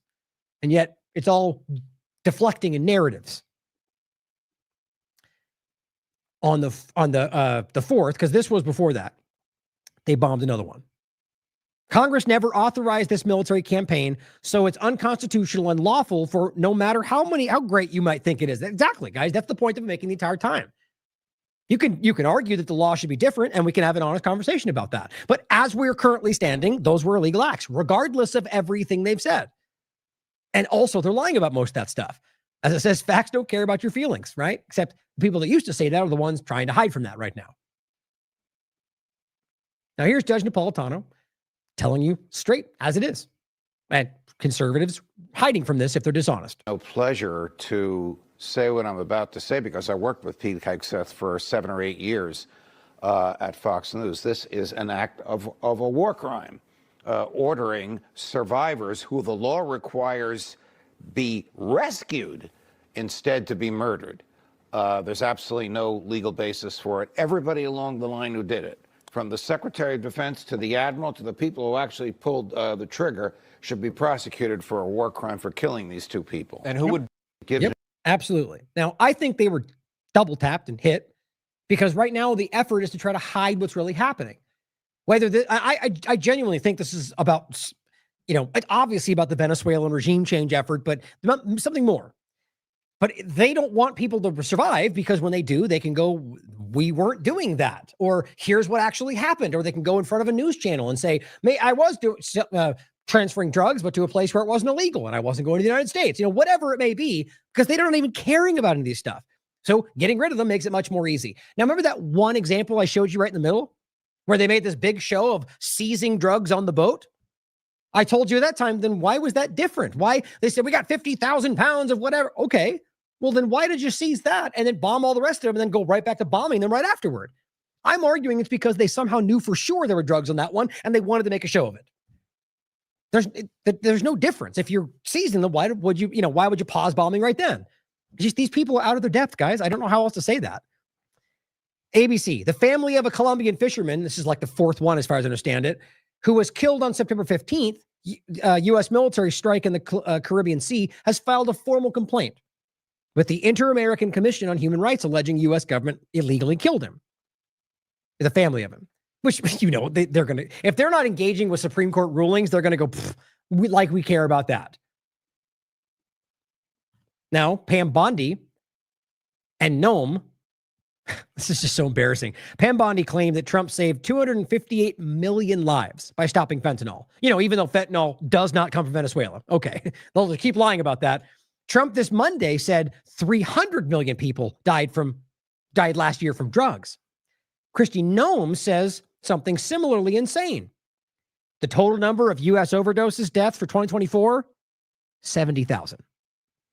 Guys, these people are ridiculous. I feel like I can almost see Gabbard, who's not stupid, rolling her eyes in the background, sitting next to the stupidest people in the room who are or just willing to lie when they know you can look it up. 70,000 overdose deaths in the United States in a whole year of 2024. But somehow you've saved 300 million lives by stopping a couple of boats that didn't have fentanyl. This is how dumb they think you are. I know that they're wrong. I said these people are both desperate and incompetent.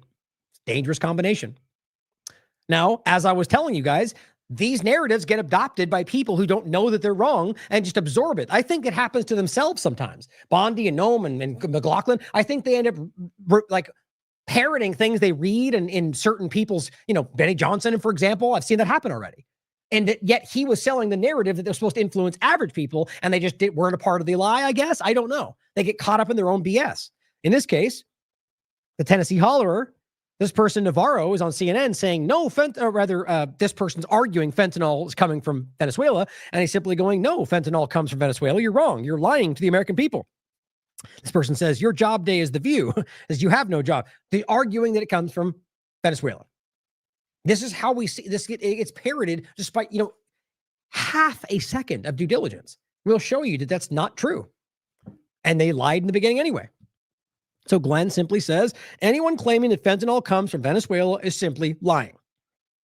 If Harrison Fields or whoever wants to argue for regime change or bombing boats in Venezuela, learn the most basic facts and or stop lying. Getting validly fact-checked by Ana Navarro is as bad as it gets. Think about that. This is the guy claiming it. This is the woman who has no real, none of these people should be taken seriously. And arguing that this is coming from Venezuela when you can check and clearly show these people are just parroting. I guess the point I'm making is not just the parroting, but that they think it. They actually think that's the point. So they're caught up in the propaganda and they're at the head of the media apparatus. I mean, come on. It's pretty sad. But so remember, they're lying about that, and Trump and them are still pushing that. You got Kristi Noem and Bondi in front of everybody claiming that. But it's just not true. See, then you have to ask yourself, did the Benny Johnsons and Nick Sorders, do they not even know? Are they that stupid or are they that dishonest? There's only two ways to look at it, guys.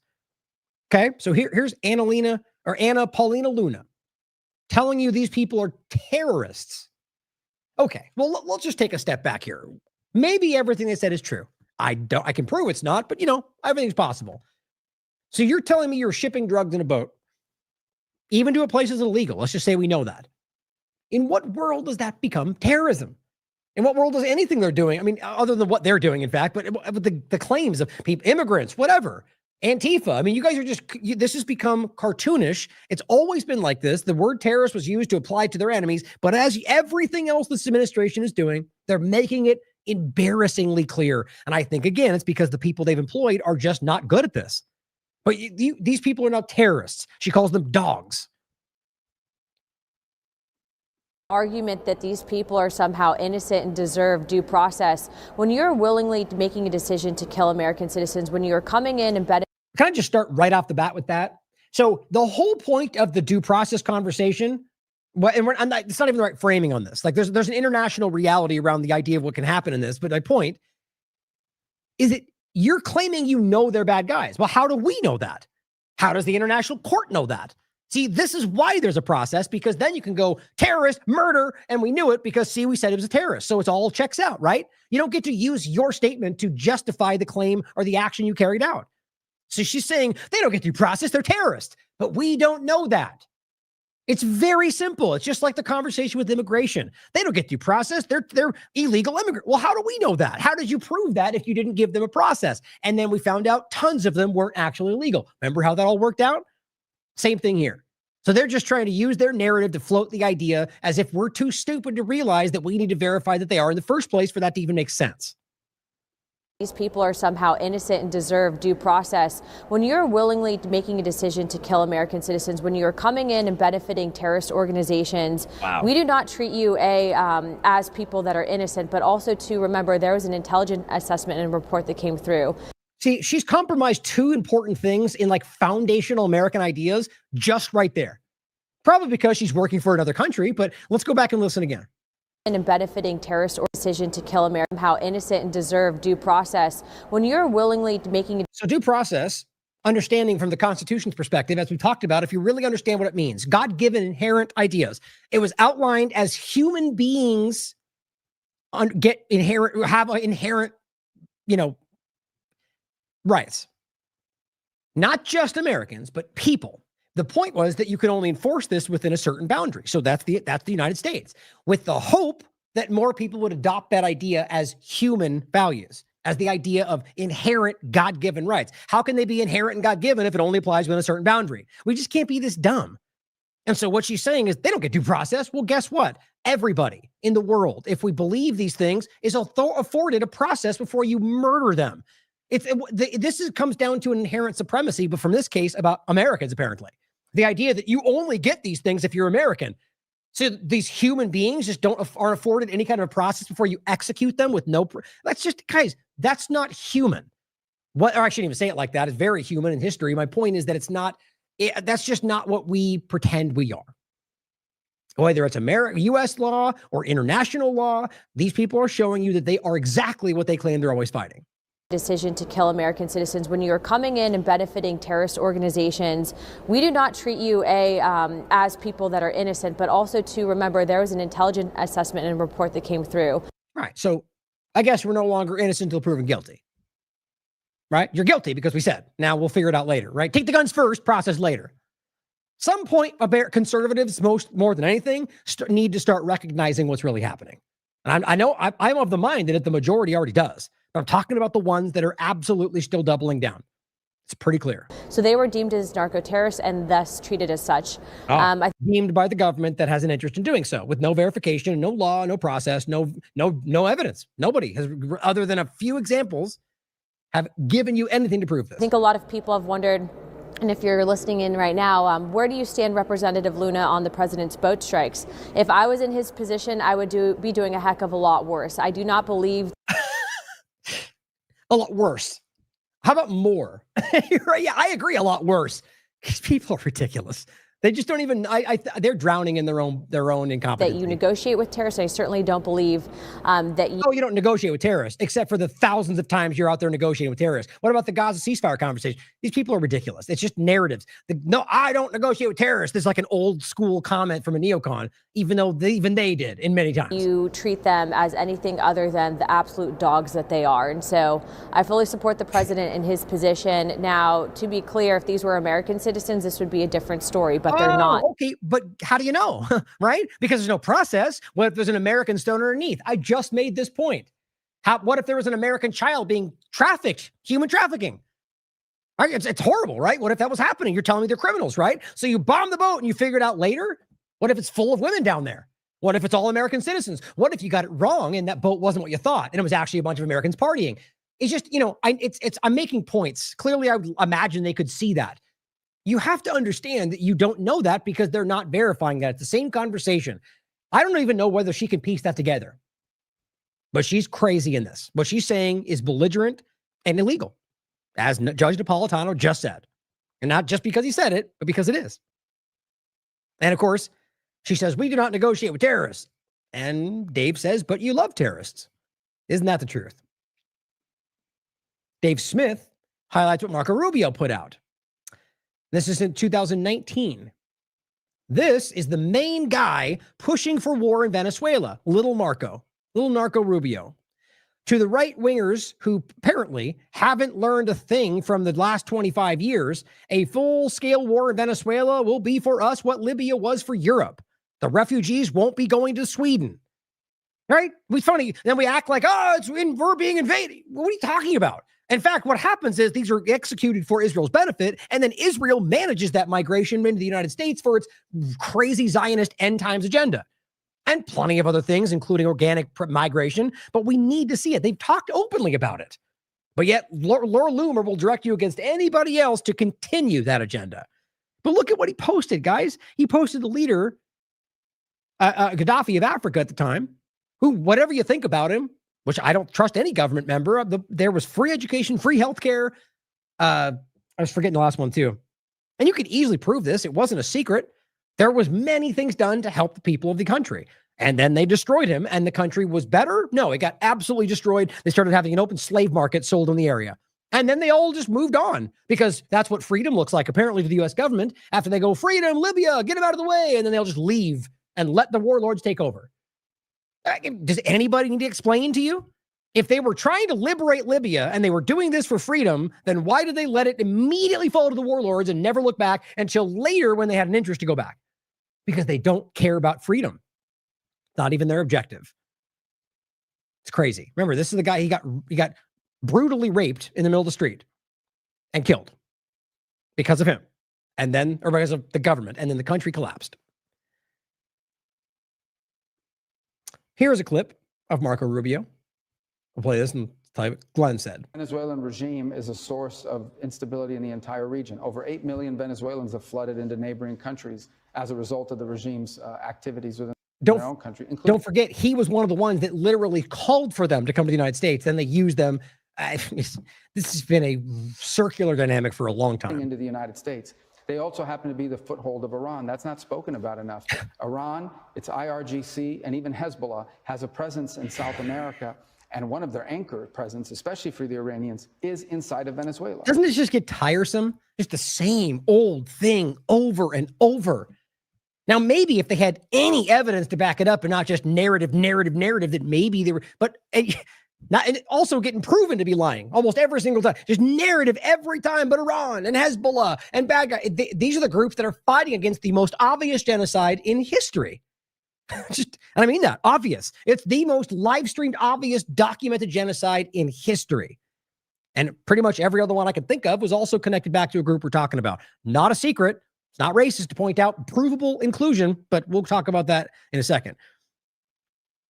What was it? The Iranians is inside. I think that was it. Just Iranian connection. It's just the same old thing from Rubio over and over and over. Glenn says Maduro will give WMDs to Hezbollah. Doesn't that sound familiar? Which, by the way, he has, as far as I could tell, does not have them. It says which will use it to attack the U.S. Or, at the very least, it's possible that we don't want the smoking gun proof to be in the form of a mushroom cloud over the U.S. Best to act now and eliminate the risk, right? Get rid of them before the thing that we tell you will always come. They're just manufacturing consent for this, guys. That's what they do every single time. And they've always been lying. They lied about WMDs. They lied about Syria. They lied about Afghanistan. They lie. And why would we trust them now? Because the same old screamers like Jalek Jones and the rest will find a way to support it, even though they always claim to be against everything. Another clip. Also happen to be the foothold of Iran. That's not spoken about enough.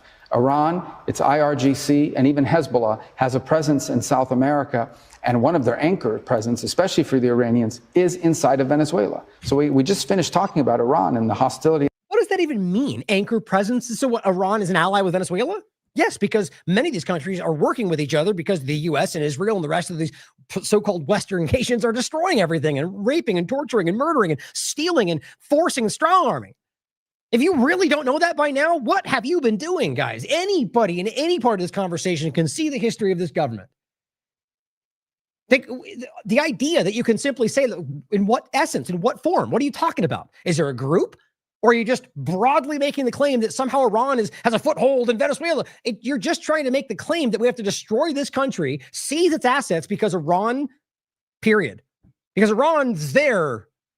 Even though, okay, then take a step back further. Show me where Iran has been conducting warfare. Where has Iran been conducting regime changes? Where has Iran been conducting genocide? Where has Iran been using human shields? Where has Iran been killing? I mean, guys, you can go on forever. I'm not saying we should trust the Iranian government. I want no government to exist. I think Iran, like any government, would abuse what it can to gain what it can, but it is not clearly the same as what we're dealing with here. Question them all, hold them all to account, but deal with what you can see accurately. What we see the U.S. and Israel doing, even only what we can prove, not even what we know has really happened, but just what you can prove. And they compare that to every claim they've ever made, even if not true, about Iran. It is pales in comparison. Let me rephrase that again, guys. Think about it again. If you take every claim they ever made about Iran, true or not, pretend it's true, compare it to just what you can prove, just Israel, just the United States has done in its history, it pales in comparison. And yet, they're the evil boogeyman with all the U.S. bases surrounding it taking over the world, apparently. Painful. Foothold of Iran. That's not spoken about enough. Iran, its IRGC, and even Hezbollah has a presence in South America, and one of their anchor presence, especially for the Iranians, is inside of Venezuela. So we just finished talking about Iran and the hostility it has towards the United States, where they have planted the government, not you, and they made that very clear over the years. It's weird actually. Iranians in general are very, very nice to American people. Over the years, any moment these things could evolve and change, but I've done many reports on this, and it's actually pretty commonly known that Iranians are very fond of Americans. The government, however, is quite different. You see, because outside of this broken, propagandized, government-controlled area, everyone around the world knows what the U.S. government has done, has continued to do to other countries, regime changes, stealing things. They know this. And so they recognize what the real threat is, especially when they look at content like this and they go, look, plenty of Americans are very clear about what their government is. It's not hard to see. And people like Marco Rubio are worried they're going to end up in a jail cell sooner than they might like. Their flag in our hemisphere is on Venezuelan territory with the full and open cooperation of that regime. So the fact that Maduro feels threatened by the presence of U.S. assets in the region in a counter-drug mission, it proves that he's into the drug business. Oh, yeah. So you surrounding his country with warships proves that he's guilty? What a stupid argument. This is how dumb that they think we are. And they're wrong. And I think history's showing that.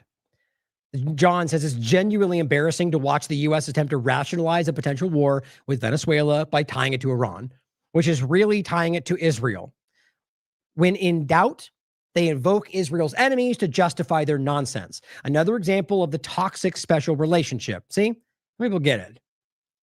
Daniel Adams, Rubio may even be worse than Bolton, who, though evil, was at least smart. Trump cannot seem to disconnect himself from the neocon rot that has dominated U.S. policy for at least the last 40 years, and apparently the dumbest ones in the room. Now, here's Trump telling you that we may go to war soon. Now, realize, in earnest, this is war. Any act of war is war, regardless of whether it's declared by Congress, because the Congress hasn't declared war since World War II, as far as I can tell. So there's been war a lot since then, right? So this is just them controlling the narrative.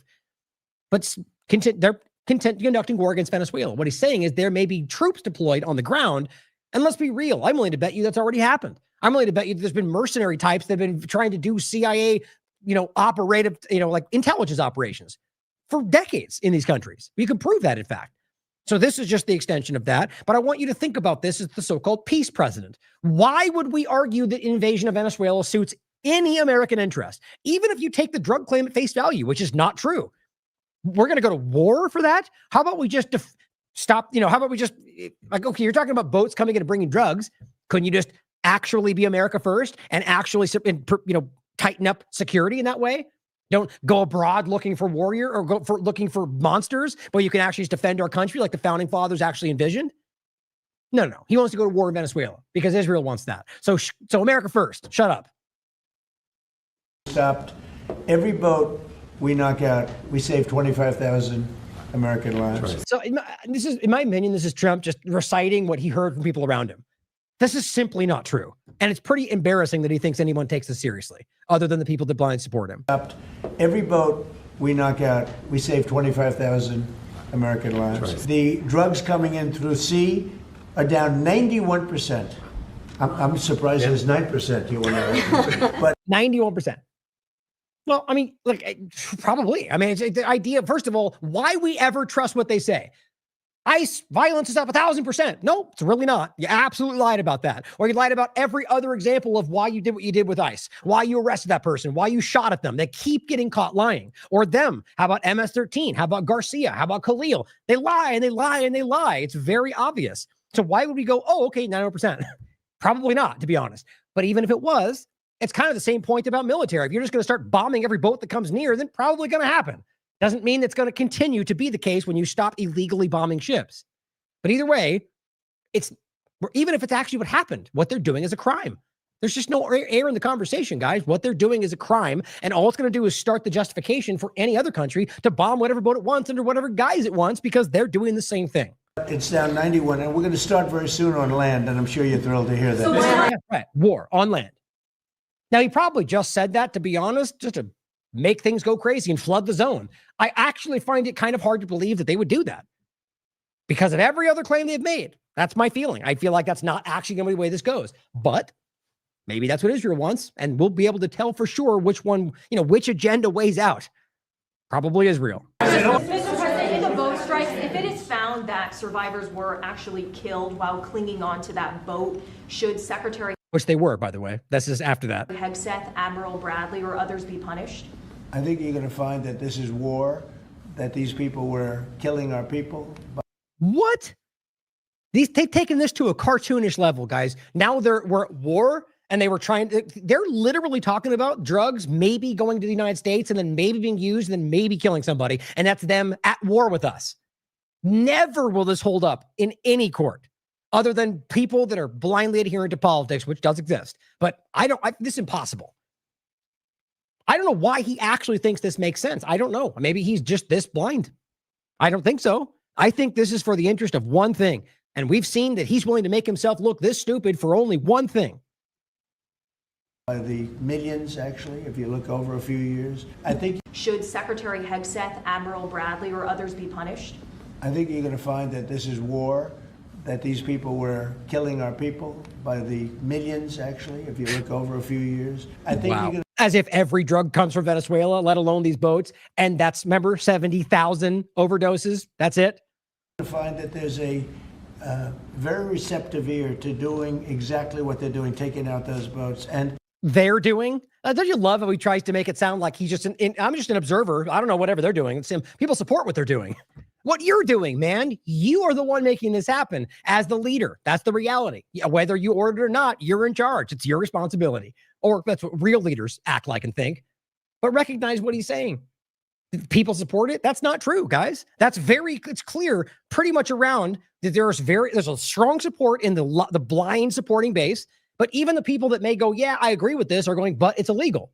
So let's have a conversation. Let's make this legal. And then we can, but they're not doing that. They're just going to keep doing it anyway. So what you're saying is we're okay with breaking the law if we like the way he's doing it. These are children. very soon we're going to start doing it on land too, because we know every route, we know every house, we know where they manufacture this crap. Oh, great. So now we're going to have them bombing locations in Venezuela, and we're going to pretend like it's not about bombing drugs, even though we can prove that's not what's happening? How long until we just go, oh, yeah, we're just at war for Israel in Venezuela? We know where they put it all together. And I think you're going to see it very soon on land also. Yeah, please. I think now you could one of two ways. Now, I originally took this as on land, deployment, but he could just very well be talking about just bombing from the air on land, which then he would argue that we're just conducting the same operation and it wouldn't be boots on the ground, even though it's, essentially the same thing. Might be his thinking, he thinks this is his, crafty way of avoiding that. To be clear, you support the decision to kill survivors after the No, I support the decision to knock out the boats. See, he's careful because he knows that's a crime. And everyone's talking about that's a war crime. So he knows. So he just threw Hegseth under the bus. Because if he wants to support it as a leader, he would say, I support their actions. He did not. He shucked it onto them. To be clear, you support the decision to kill survivors after the No, I support the decision to knock out the boats. And whoever is piloting those boats, most of them are gone. But coward. So you basically just said, no, I don't support them killing those innocent people, or rather the people that survived. Whoever are piloting those boats, they're guilty of trying to kill people in our country. No, they're not. They're just not. That's the dumbest statement he's made so far. Please. The House Judiciary Committee. Wow. That's just so over the top, guys. So, U.S. military documents, according to The Intercept, show plans to keep troops in the Caribbean through 2028. Yeah, totally about drugs, though. It's pathetic how clear this is. As Catherine from Solari Report points out, still waiting to hear Hegseth. Oh, he posted this ridiculous cartoon. Like, they're just trying to double down. Like, they think that makes them strong. It's weakness. He says, for Christmas wish list, he posted Franklin the Turtle bombing in his boats full of drugs in the Caribbean. Like, that's bad. That's tasteless, guys. Do whatever you want. Right? I'm not going to say you can't post whatever cartoon meme you want. Freedom of speech, do what you want.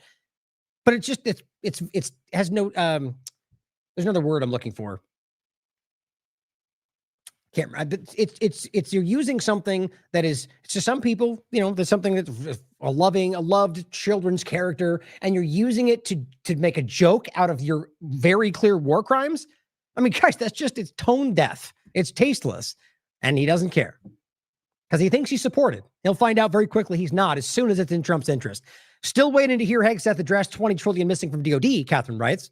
Why DOD allows drugs to come in across the border and built the heroin industry in Afghanistan, right? And why DOD engineered Operation Warp Speed and has killed and disabled millions of Americans, including children like Franklin. Of course, he won't get into any of that because they're not really here to do anything for you, guys. All those things would happen if they were actually America first. Caitlin Johnstone simply says if Maduro was really a monstrous, tyrannical dictator, the U.S. would be selling him F-35s. Well put. Because exactly the point, guys. Mohammed Salman's not a dictator. I mean, come on. It's insulting to your intelligence. Now, I'm gonna leave these for another conversation. We will go into it. I've already generally made these points. And it's not necessary for today. I think it's better to leave it there. But the point was about the Sudan, which we've covered a lot in the past, and about what's continuing to happen, and just understanding that Israel's involved, and it has been from the very beginning. This is from 2004. Sudan accuses Israel and Germany of involvement in the Darfur conflict, which is in the Sudan. Gaddafi from Libya was the one that called out Israel and said it's Israel, not Bashar, behind the war in Sudan. How RSF is adopting Israel's template for genocide, right?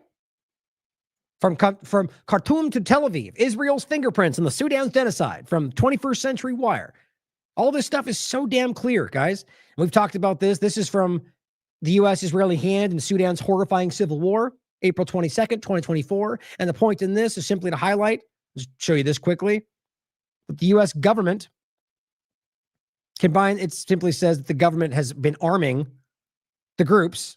For the U.S. government, when it comes to the agenda in West Asia, it is clear that its values above all, asserting Israeli regional hegemony, which is why both the Trump and Biden administrations have placed normalization deals across the area. Combined with a desire for Israeli dominance, it has the potential for securing U.S.-Israel control over the Sudan's lucrative gold mines, which are in the hands of Hamedi, who is RSF support, in addition to gaining foothold in the Sahel, Red Sea, and Suez Canal spheres of influence. The U.S.-Israeli alliance is interested in resources, normalization, and manpower for foreign wars and geostrategic supremacy in a key region of the area.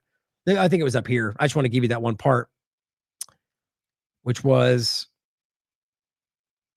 where was it? Yeah, like I said, I'll go into it in the future. I just want to give you this quick part, but it was simply, when de facto Sudanese leader and head of the military ordered strikes on positions associated with the Rapid Support Forces led by Hamedi, triggering the ongoing conflict in Sudan, the U.S. threw its hands up in the air and Western media attempted to blame Russia's Wagner Group. The RFS were originally set up under the banner of the infamous Jan Jaweed and deposed of Sudanese dictator Omar Bashir. It is important to note that although Bashir was overthrown during the 2019 revolution in Sudan, he was able to maintain his brutal rule for 3 decades prior, when the U.S. government only choosing to give focus to the democracy recently, but not for the sake of aiding democracy. Point is that they've supported people in many different locations and many different sides as long as they're amenable to their goals. And the moment even a dictator supporting in the past, they stopped doing that, they put someone else in power, and they have been abusing the situation for decades. Okay? It's very, very, very clear. We also have the reality that Trump's now signing deals to basically steal from the Congo. Here, I'll just play this sentence right here. These people are criminals. Oh, wait. That's not it. Hold on. I got one more.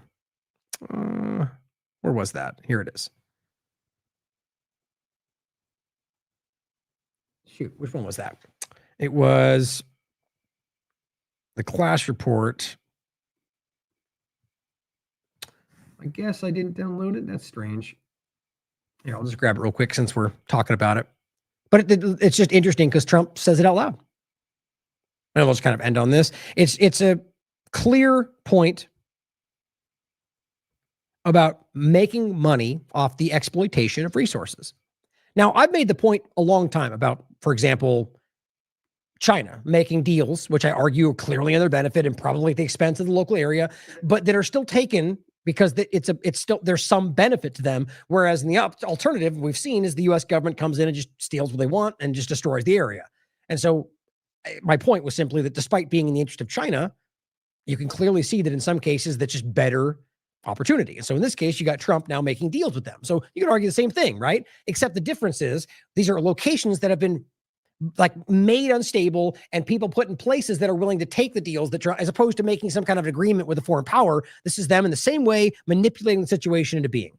The United States is also signing our own bilateral agreements with the Congo and Rwanda that will unlock new opportunities for the United States to access critical minerals and provide economic benefits for everybody.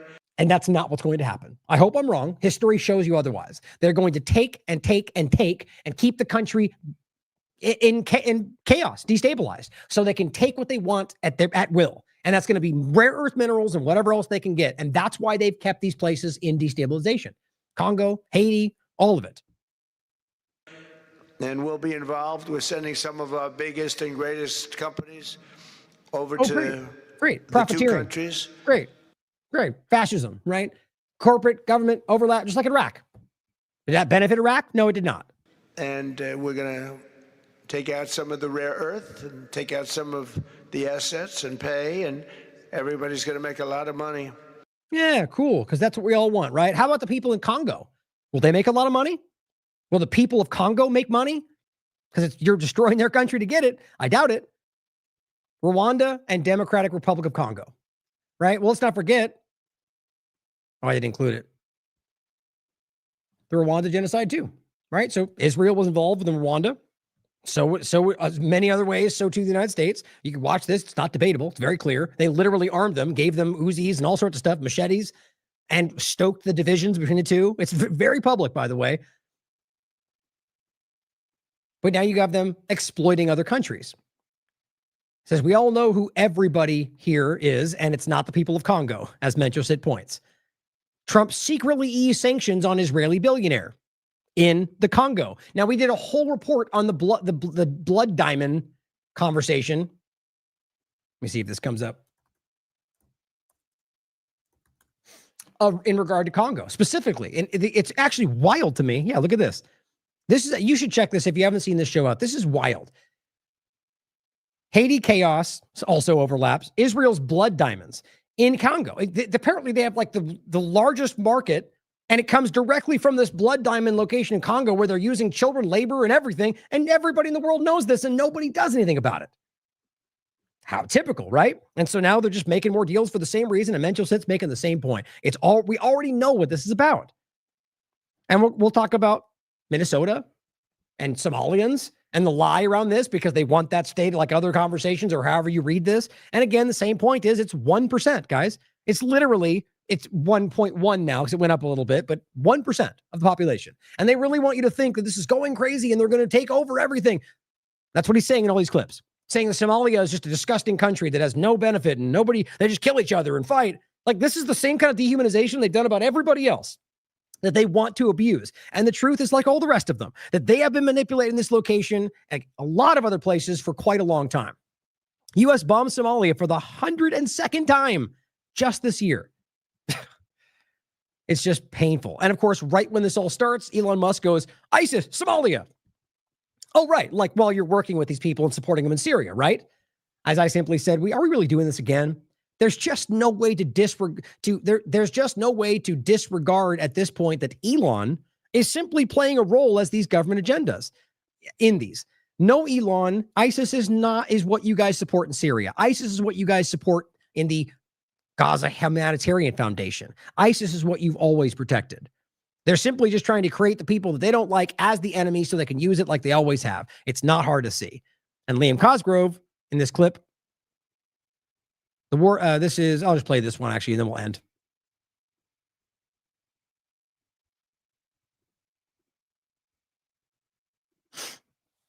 U.S. troops into fortified caves in Somalia to kill like 5 guys. And I think it's a good question as to why the U.S. military is still in Somalia. Thank you for the question. So I can assure you, right, this is an America First Department of War and president. So we aren't conducting forever wars in Somalia. We're not seeking regime change, we're not. No, to me, it sounds like she said we are. I think she meant to say aren't. That's how it was taken. But listen to that again. I played this before, but she's simply just going, it's the same woman with the same platitude. So why? Oh, don't worry. We're doing good stuff and we're fighting for freedom and we don't do regime change. That's her answer. Like placating like your 5-year-old, right? Obviously, we know that's not true. Maybe she even believes it. But listen, it feels like she says they are doing it. Thank you for the question. So I can assure you, right, this is an America First Department of War. Incorrect. And president. So we aren't conducting forever wars in Somalia. We're not. She said aren't. I think it was close. Seeking regime change, we're not nation building. But I will say that this department's narrowly scoped, intelligence-driven counterterrorism operation in places like Somalia, 102 times this year, alongside our partners, allow us to Israel to protect the American homeland from terrorist threats and to protect our interests. So I'd love to see any of those. When's the last time there was a threat? You claim a lot of stuff. FBI loves to make things up. When's the last time there was anything? Now they'll go, because we stopped them. No, you don't. That's not what's happening. There is not a real credible example of that I've seen in a very long time. They love to push this. And what we do see are because of what they're doing around the world. If you understand, and actually I'll play one thing on the way out. Why not? Since we talked about Zionism today, understand where it really comes from. Zionism is the birth of terrorism. We will continue to make sure that the American people are kept safe. That's our utmost priority. But, we're not isolationists. We're also not neocons. We're realists. We understand. Buzzword, buzzword, buzzword. We're not the buzzwords. That threats face the American people every single day. We take that incredibly seriously. But at the same time, we're always going to make sure that we're putting America first. Cool. Thank you for not answering the question, right? There we go. That's weird. The button wasn't working.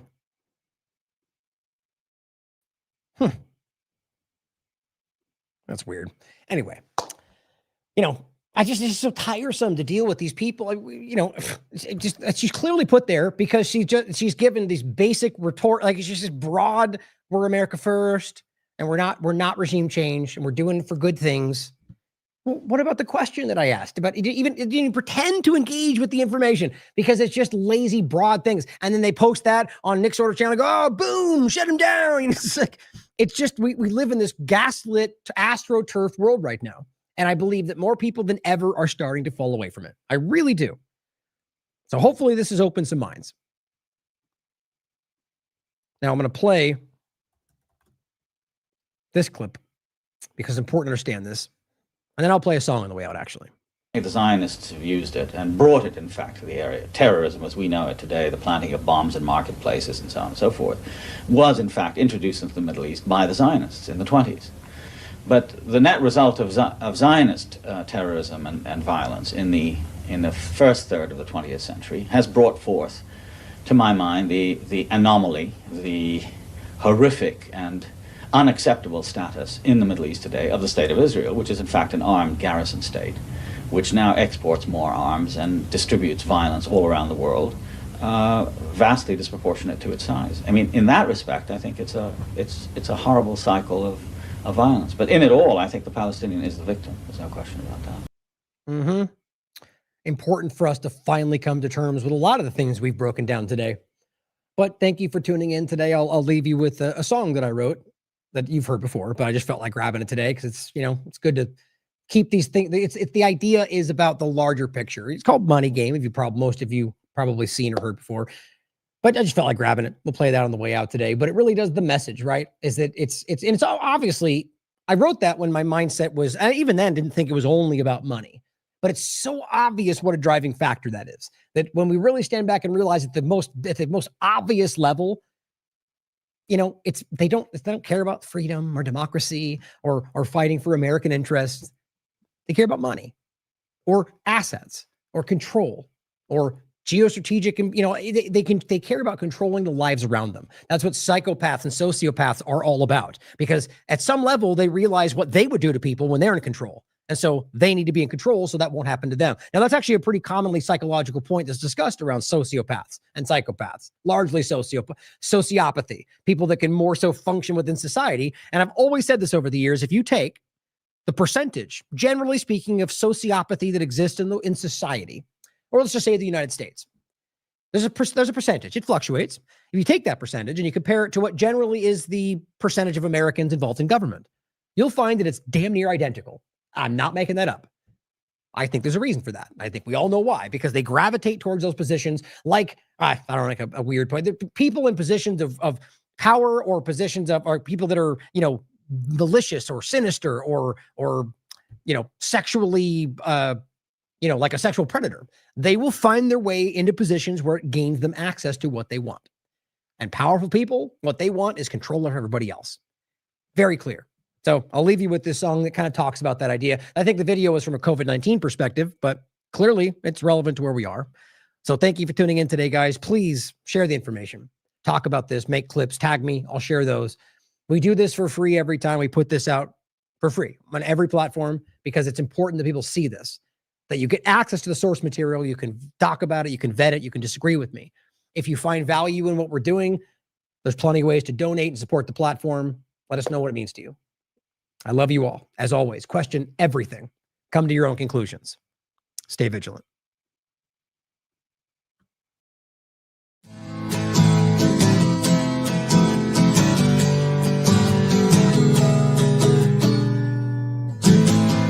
I I see all the people led into deception by the very men bound to care, blinded by the promises, unknowingly sold despair. So leave your herd of sheep and follow this shepherd to revolutionary ends. The world that you knew has changed around you. It's all become a money game. It's all become a money game. It's all become a money game. Are you ready for? Are you ready for? Are you ready for revolution? Revolution.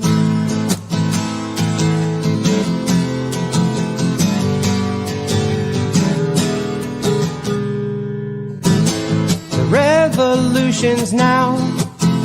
It's happening all around you. If you cannot see, pull aside the curtain and see the war machine. It's time for you to rise up and prepare. So arm your fellow man, 'cause it's become destructive to its own ends. The world that you knew has changed around you. It's all become a money game. It's all become a money game. It's all become a money game. Are you ready for? Are you ready for? Are you ready for revolution? Revolution.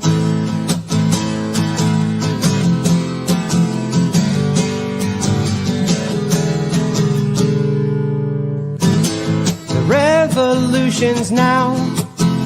It's happening all around you. If you cannot see, pull aside the curtain and see the war machine. It's time for you to rise up and prepare. So arm your fellow man, 'cause it's become destructive to its own ends. The world that you knew has changed around you. It's all become a money game. It's all become a money game. It's all become a money game. Are you ready for? Are you ready for? Are you ready for the revolution? The revolution.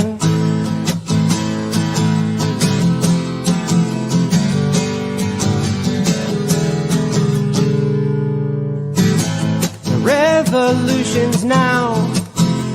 It's happening all around you. If you cannot see, pull aside the curtain and see the war machine. It's time for you to rise up and prepare. So arm your fellow man, 'cause they've become destructive to their own ends. The world that you knew has changed around you. It's all become a money game. It's all become a money game. It's all become a money game. Are they ready for? Are they ready?